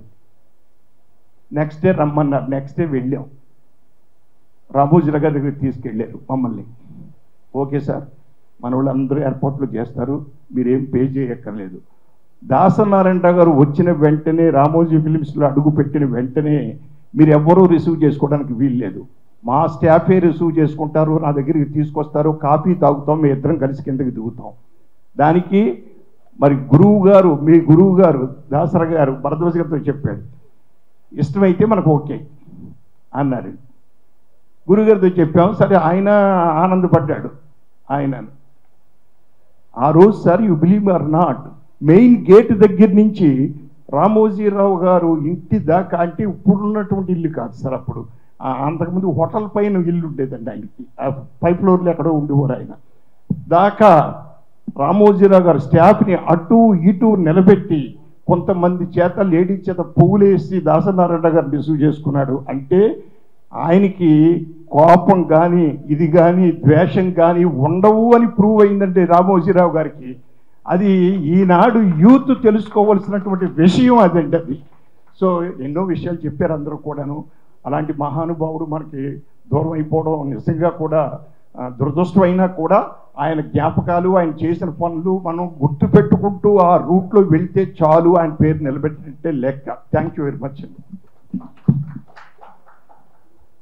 Thank you sir. 24 క్రాఫ్ట్స్ కార్మికుల తరఫు నుంచి మా ప్రగాఢ సంతాపం తెలియజేసుకుంటూ, వారితో మాకు ఒక 15 ఇయర్స్ 20 ఇయర్స్ నుంచి ఫిలిం సిటీ తోటి మాకు అనుబంధం ఉంది. ఆయనతో డైరెక్ట్గా అనుబంధం లేకపోయినా కానీ ఆయన వర్డ్స్ మా దగ్గర దాకా వచ్చాయి. ఈ వర్కర్స్కి సంబంధించిన, కెమెరా డిపార్ట్మెంట్కి సంబంధించిన ఆయన ఆలోచనలన్నీ మాకు ఏదో రూపంలో మాకు మెసేజ్ పంపిస్తూ ఉండేవాళ్ళు. అదేంటంటే, ఫస్ట్ కెమెరా డిపార్ట్మెంట్ స్టార్ట్ అయిన తర్వాత అప్పుడు మీడియాలో ఉండే కొంతమంది కెమెరా అసిస్టెంట్స్ని ఈ సినీ కెమెరా అసిస్టెంట్స్గా తీసుకోవాలని కొంతమందిని సెలెక్ట్ చేసి, వాళ్ళందరికీ అసోసియేషన్లో మెంబర్షిప్ లేదు, బట్ ఇక్కడ ఎంప్లాయ్మెంట్ మాత్రం ఖచ్చితంగా సినిమాలు చేస్తారు కంటిన్యూగా అని ఒక ఉద్దేశం పెట్టుకుని మమ్మల్ని పిలిచి మాట్లాడడం జరిగింది.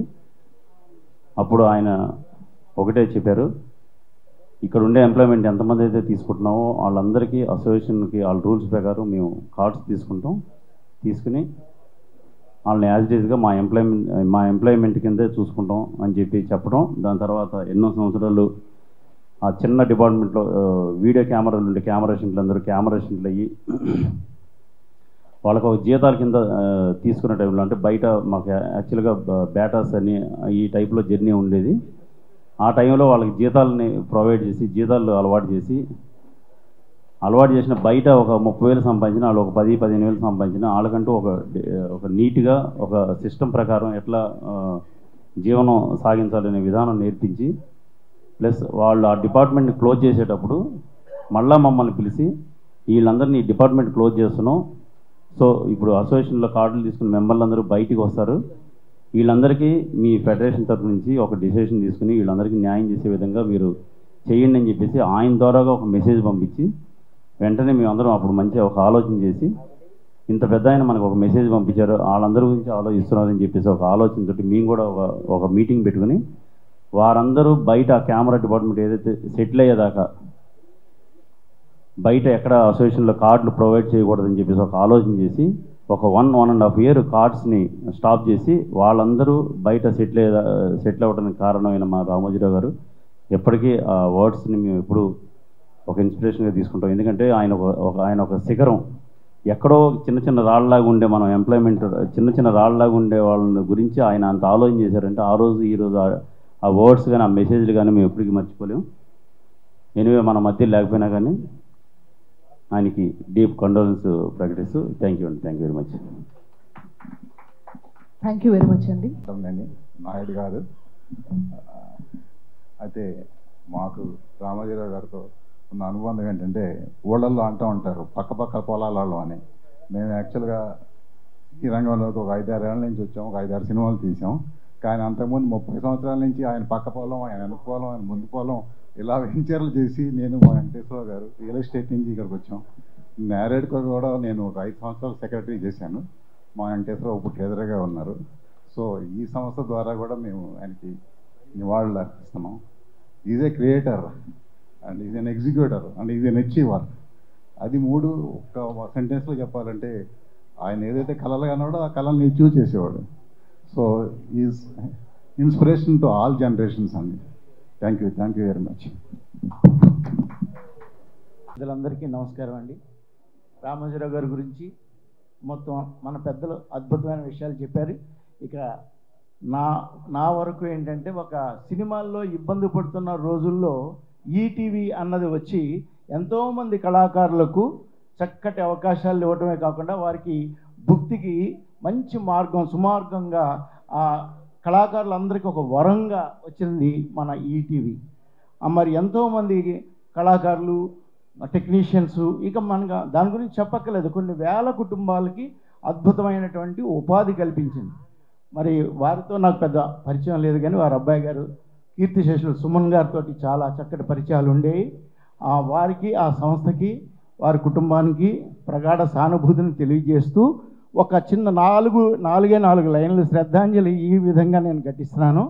శ్రీ రామోజీరావు గారు ఈనాడుతో విజ్ఞాన వినోదాలను పంచి తెలుగువారికి ప్రియ రుచులను చూపించి ఉషాకిరణాలతో ఈటీవీ మీ టీవీగా చాటించి చక్కటి చిత్రాలతో రామోజీ మార్కు వేయించి ఎందరికో విద్య నేర్పించి ఉపాధి మార్గం చూపించి ఎన్నో శిఖరాలను అధిరోహించి ఘనతను సాధించి శవైక్యమందిన అభినవ విరించి సరాగాలను అందించిన విపంచి వారికి నా ప్రగాఢ సంతాపం మా టీవీ ఇండస్ట్రీ తరపు నుంచి, అదేవిధంగా మూవీ ఇండస్ట్రీస్ తరపు నుంచి తెలియజేస్తూ సెలవు తీసుకుంటున్నాను. నమస్కారం. అందరికీ నమస్కారం అండి.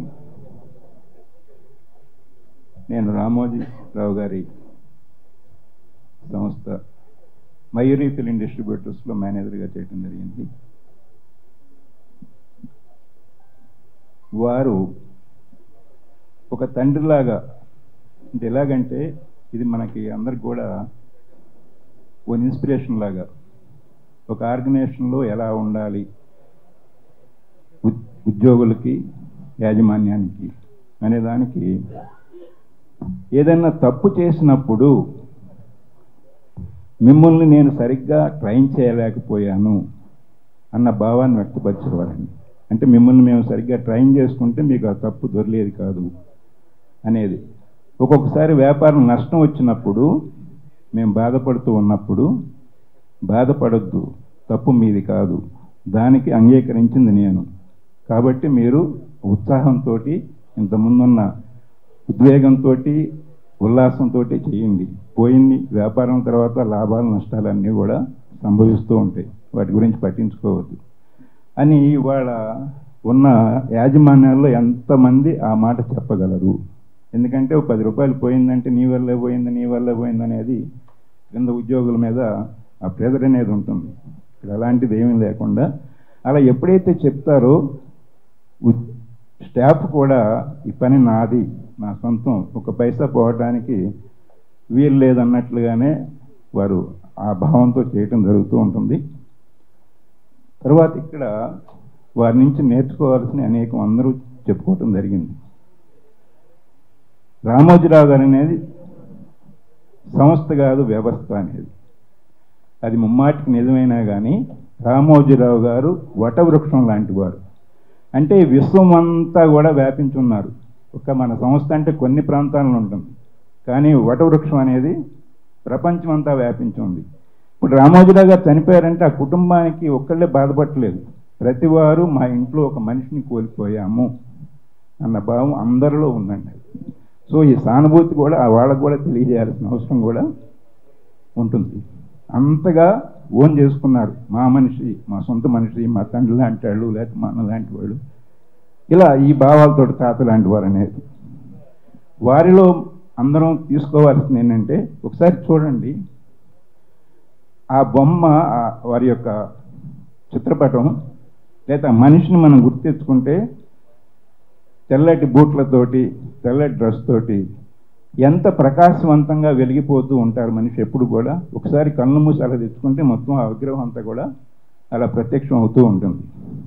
ఒక మనిషి విజయం సాధించడానికి శ్రమ అంటే కష్టపడే తత్వం. ప్రతి నిమిషం ఒక పని చేస్తున్నప్పుడు ఆ పని మీదే కష్టపడటం. శ్రద్ధ, చేస్తున్న పని మీదే ఏకాగ్రత పెట్టడం, మిగతా విషయాల మీద దేనికి మళ్ళించకుండా పూర్తిగా దాని మీదే మనం ఏకాగ్రత నిలపటం. ఆత్మవిశ్వాసం, ఏ పని చేస్తూ ఉన్నా అదే పనిని మనం జయించగలము, మనం సాధించగలము, ఎన్ని అడ్డంకులు వచ్చినా ఎదుర్కొందాము అనే ఆత్మవిశ్వాసం పరిపూర్ణంగా 100% నిండుగా ఉన్నప్పుడే. తర్వాత క్రమశిక్షణ, సమయపాలన, చిరునవ్వు, సృజనాత్మకత, ఇవి అన్నీ ఉన్న వాళ్ళకి విజయం అనేది తథ్యం. ఈ లక్షణాలన్నీ ఉండాలి విజయం సాధించాలంటే. ఆత్మవిశ్వాసము, శ్రమ, శ్రద్ధ, క్రమశిక్షణ, సమయపాలన, చిరునవ్వు, ఇవన్నీ ఉన్నప్పుడు ఆ మనిషికి ఆ విజయం అనేది సొంతం అవుతుంది. వీటన్నిటికీ ప్రతిరూపమే రామోజీరావు గారు. అందుకే ఆ విజయాలు అనేది సిద్ధిస్తూ ఉంటాయి. ఒకసారి మనకి ఎప్పుడైనా అపజయం కలుగుతుంది, ఓడిపోబోతున్నాము అనే ఆ అభిప్రాయం మనకు ఏర్పడినప్పుడు ఒకసారి కళ్ళు మూసుకున్న ఆ రూపాన్ని మనం కనుక దర్శించగలిగితే మనం ఖచ్చితంగా విజయానికి చేరువవుతాం. అంటే ఆ ఇన్స్పిరేషను వారు ఇవ్వగలుగుతారు. అంటే ఎందుకంటే వారు చూడండి, కొన్ని విషయాల్లో మనం ఊహించడానికే భయపడతాం. ఉదాహరణకి ఫిల్మ్ సిటీ, ఎవరన్నా ఊహించి అన్ని వేల కోట్ల లక్షలు అక్కడ పెట్టగలవండి? అంత ధైర్యం ఉంటుందా? సో దాన్ని విశ్వంగా అందరూ వచ్చి ఇక్కడికి రాగలుగుతున్నారంటే, ఇందాక నేను విశ్వవ్యాప్తం ఉంది, అదే నేను అన్ని చాట్ల నుంచి అక్కడికి కానీ ఏదో విధంగా కానీ చేరుకోవటం జరుగుతూ ఉంది. సో వారి నుంచి అన్నీ కూడా తీసుకుంటూ వారి లక్షణాలను మనం సంస్థలో పనిచేస్తున్నప్పుడు మీకు ఒక విషయం చెప్పాలండి. ఆ ఈనాడు గ్రూప్స్లో పనిచేస్తున్నామని అంటే ఇవాళ మీకు తెలియదు కాదు. మగపిల్లలకి ప్రత్యేకంగా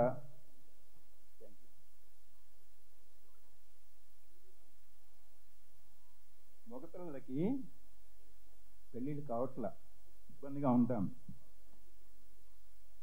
ఇప్పుడు ఈనాడు గ్రూప్లో చేస్తున్నారని అంటే పిల్లనివ్వటానికి ధైర్యంగా ముందుకు వస్తారు.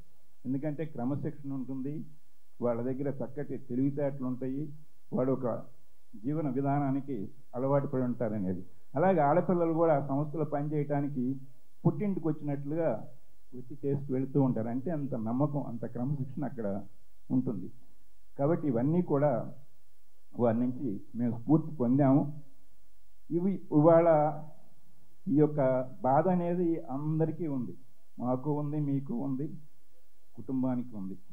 అందరం కూడా మనశ్శాంతి కలగాలని, వారి యొక్క ఆత్మవిశ్వాసాన్ని ఒకసారి రూపాన్ని గుర్తెచ్చుకుని మన విజయాలు సాధించాలని కోరుకుంటూ సెలవు. పాత్రికేయ మిత్రులకు అందరికీ వందనాలండి. క్షమించాలి, నేను సభా వేదిక మీదకి ఎక్కలేక నాకు లెగ్ ఫ్రాక్చర్ అయింది, ప్రాబ్లంలో ఉండి పైకి ఎక్కలేక కింద నుంచే మాట్లాడుతున్నాను. రామోజీరావు గారు అనే వ్యక్తి, అనే ఒక మహోన్నత వ్యక్తితో పరిచయం, కొన్ని క్షణాలు ఆయనతో గడిపే అవకాశం దొరకడం అనేది చాలా గొప్పగా ఫీల్ అయ్యే రోజుల్లో 1987లో నేను అప్పటికే ఒక 20 సినిమాలు డైరెక్టర్గా అయిపోయినాయి. ఓన్ ప్రొడక్షన్ స్టార్ట్ చేసి 87లో గాంధీనగర్ 2వ వీధి అని రాజేంద్ర ప్రసాద్ గారు హీరో గౌతమి గారిని పరిచయం చేస్తూ సినిమా తీసే ముందుకు అన్నీ నావి యాక్షన్ సినిమాలండి. నేను చాలా డిఫరెంట్ సబ్జెక్ట్స్ చెప్తానని ఏ ప్రొడ్యూసర్ దగ్గరికి వెళ్తున్నా ఆ యాక్షన్లో ఆల్ టైమ్ రికార్డ్స్, పెద్ద పెద్ద హిట్స్ ఉన్నాయి, మెరుపుదాడి, ఇవన్నీ కూడా నువ్వు కామెడీ అందిస్తావయ్యా అని చెప్పని చాలా డిస్కరేజింగ్గా మాట్లాడేవాడు. ఆ సమయంలో నేను రామోజీరావు గారిని అప్రోచ్ అయ్యి, సార్ నేను మంచి కామెడీ కథ చెప్తాను, నేను కామెడీ సినిమా చేయాలనుందనంటే, ఫస్ట్ పర్సన్ లైఫ్లో అంటే నీకు బ్రాండ్ ఉంది, ఇలాంటి సినిమాలు తీసావు, నువ్వు కామెడీ తీయగలవా అనేటువంటి ప్రశ్న వేయకుండా కథ చెప్పమని చెప్పి అడిగి సబ్జెక్ట్ చెప్పాక, అప్పటికి నేను ఉషా కిరణ్లో ప్రొడక్షను సినిమాలు అనేది అంత ఉధృతం స్టార్ట్ అవ్వలేదండి. నేనే ఓన్ ప్రొడక్షన్ చేస్తానని చెబితే నా భుజం చరిచి వెనక ఉండి నన్ను అన్ని విధాలా సపోర్ట్ చేసి నిలబెట్టిన వ్యక్తి రామోజీరావు గారు. నా own production first film Gandhinagar second street 100 Days film, super hit film అండి. అక్కడి నుంచి నేను ఇప్పటిదాకా 16 ఓన్ ప్రొడక్షన్స్ చేశాను. 16 పిక్చర్స్లో ఏ ఒక్క పిక్చరు మయూరిలోంచి రిలీజ్ కాకుండా లేదు. అన్ని సినిమాలు మయూరిలో, దాదాపు 16 సినిమాల ఓన్ ప్రొడక్షన్ సినిమాలు అన్నీ కూడా మయూరి ద్వారా ఏదో ఒక ఏరియా ఎంటైర్ ఆంధ్రప్రదేశ్ అలా చేస్తూ అన్ని సంవత్సరాలు నేను ఆ మహోన్నతమైన వ్యక్తితో వీలైనన్ని సార్లు చాలా దగ్గరగా గడిపే అదృష్టం నాకు దక్కింది. అటువంటి మహామనిషి నాకు చాలా సంతోషమైన విషయాలు ఏమిటంటే, ఫస్ట్ ప్రొడక్షన్ స్టార్ట్ చేయడానికి వెనక నన్ను భుజం తట్టి ముందుకు నడిపించిన వ్యక్తిగా కాకుండా, ఫస్ట్ నా నెక్స్ట్ ఫిల్మ్ అండి ఆగస్టు 15 రాత్రి సినిమా నేను తీస్తే first time I think Sambasivarao ఇక్కడే ఉన్నారు, మయూరిలో అవుట్ రైడ్ కొన్న మొదటి సినిమా అని నాకు అప్పటికి రామారావు గారు వాళ్ళు చెప్పింది. అంత ఎగ్జైట్ అయ్యారు ఆ సినిమా చూసి. అంతకు ముంచే పరిచయం అని అమల గారిని ఇంట్రడ్యూస్ చేస్తూ తీసిన సినిమా అది చూశారు. ఆకలి నీకు దోహాలని ఒక రెవల్యూషనరీ సినిమా అది చూశారు. తర్వాత కామెడీ గాంధీనగర్ చూశారు, యాక్షన్ ఓరియంటెడ్ ఆగస్టు 15 రాత్రి చూశారు. ఈ 4 చూశాక ఒకరోజు నన్ను పిలిచి చెప్పారు, నువ్వు ప్రొడక్షన్ మానేవయ్యా, నీలో మంచి డైరెక్టర్ ఉన్నాడు, మంచి కథకుడు ఉన్నాడు, ఇన్ని ఉండి నువ్వు ఎందుకు ఆ ప్రొడక్షన్ చేస్తావు, ప్రొడక్షన్ మానేస్తే ఎందుకన్నా గొప్ప సినిమాలు తీస్తావు అని చెప్పి మయూరిలో నాకు కంటిన్యూస్గా 2 సినిమాలు నువ్వు చేద్దున్నా సంవత్సరానికి, నువ్వు ప్రొడక్షన్ మొత్తం మాని కాన్సన్ట్రేట్ చేయమని చెప్పారు. తర్వాత అఫ్కోర్స్ అంత చనువు ఉండి అంత దగ్గరగా ఉండి కూడా దురదృష్టం, సో మెనీ రీజన్స్ నేను ఉషాకిరణలో సినిమా డైరెక్ట్ చేయలేకపోయాను. కానీ అటువంటి ఒక మహా వ్యక్తితో చాలా దగ్గరగా గడిపి ఆయన మాట్లాడుతుంటే స్పెల్ బౌండ్, అంతే మనం చెవులు రిక్కించి వినాలి, అదొక విశ్వవిద్యాలయం. ఎవ్రీ వర్డ్ ఈజ్ ఏ ఒక వేదంలాగా. అంత అటువంటి అనుభవశాలి, సకలకళా కోవిదుడు, మహోన్నతమైన వ్యక్తి.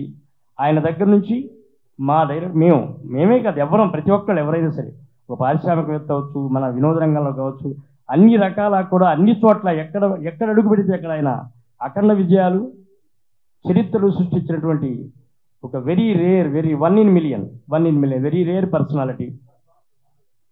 వారి మరణానికి చాలా వారు చెప్పినట్టు, సాంబశివరావు చెప్పినట్టు, మన సినిమా వాళ్ళు కాదు ప్రపంచంలో తెలుగు వాళ్ళు ఎక్కడ ఉంటే వాళ్ళందరూ వాళ్ళ ఇంట్లో ఒక మహోన్నత వ్యక్తిని పోగొట్టుకున్న భావంలో ఉన్నారు ఇవాళ. సో రాబోయే ఎన్నో జనరేషన్స్కి చాలా ఆదర్శమూర్తిగా, ఇన్స్పైరర్గా మిగిలిపోయిన ఆ మహానుభావుడికి శ్రద్ధాంజలి ఘటిస్తూ ఆయన ఆత్మకు శాంతికి చేకూరాలని కోరుకుంటూ ఆ కుటుంబానికి నా ప్రగాఢ సానుభూతి తెలుపుకుంటున్నా.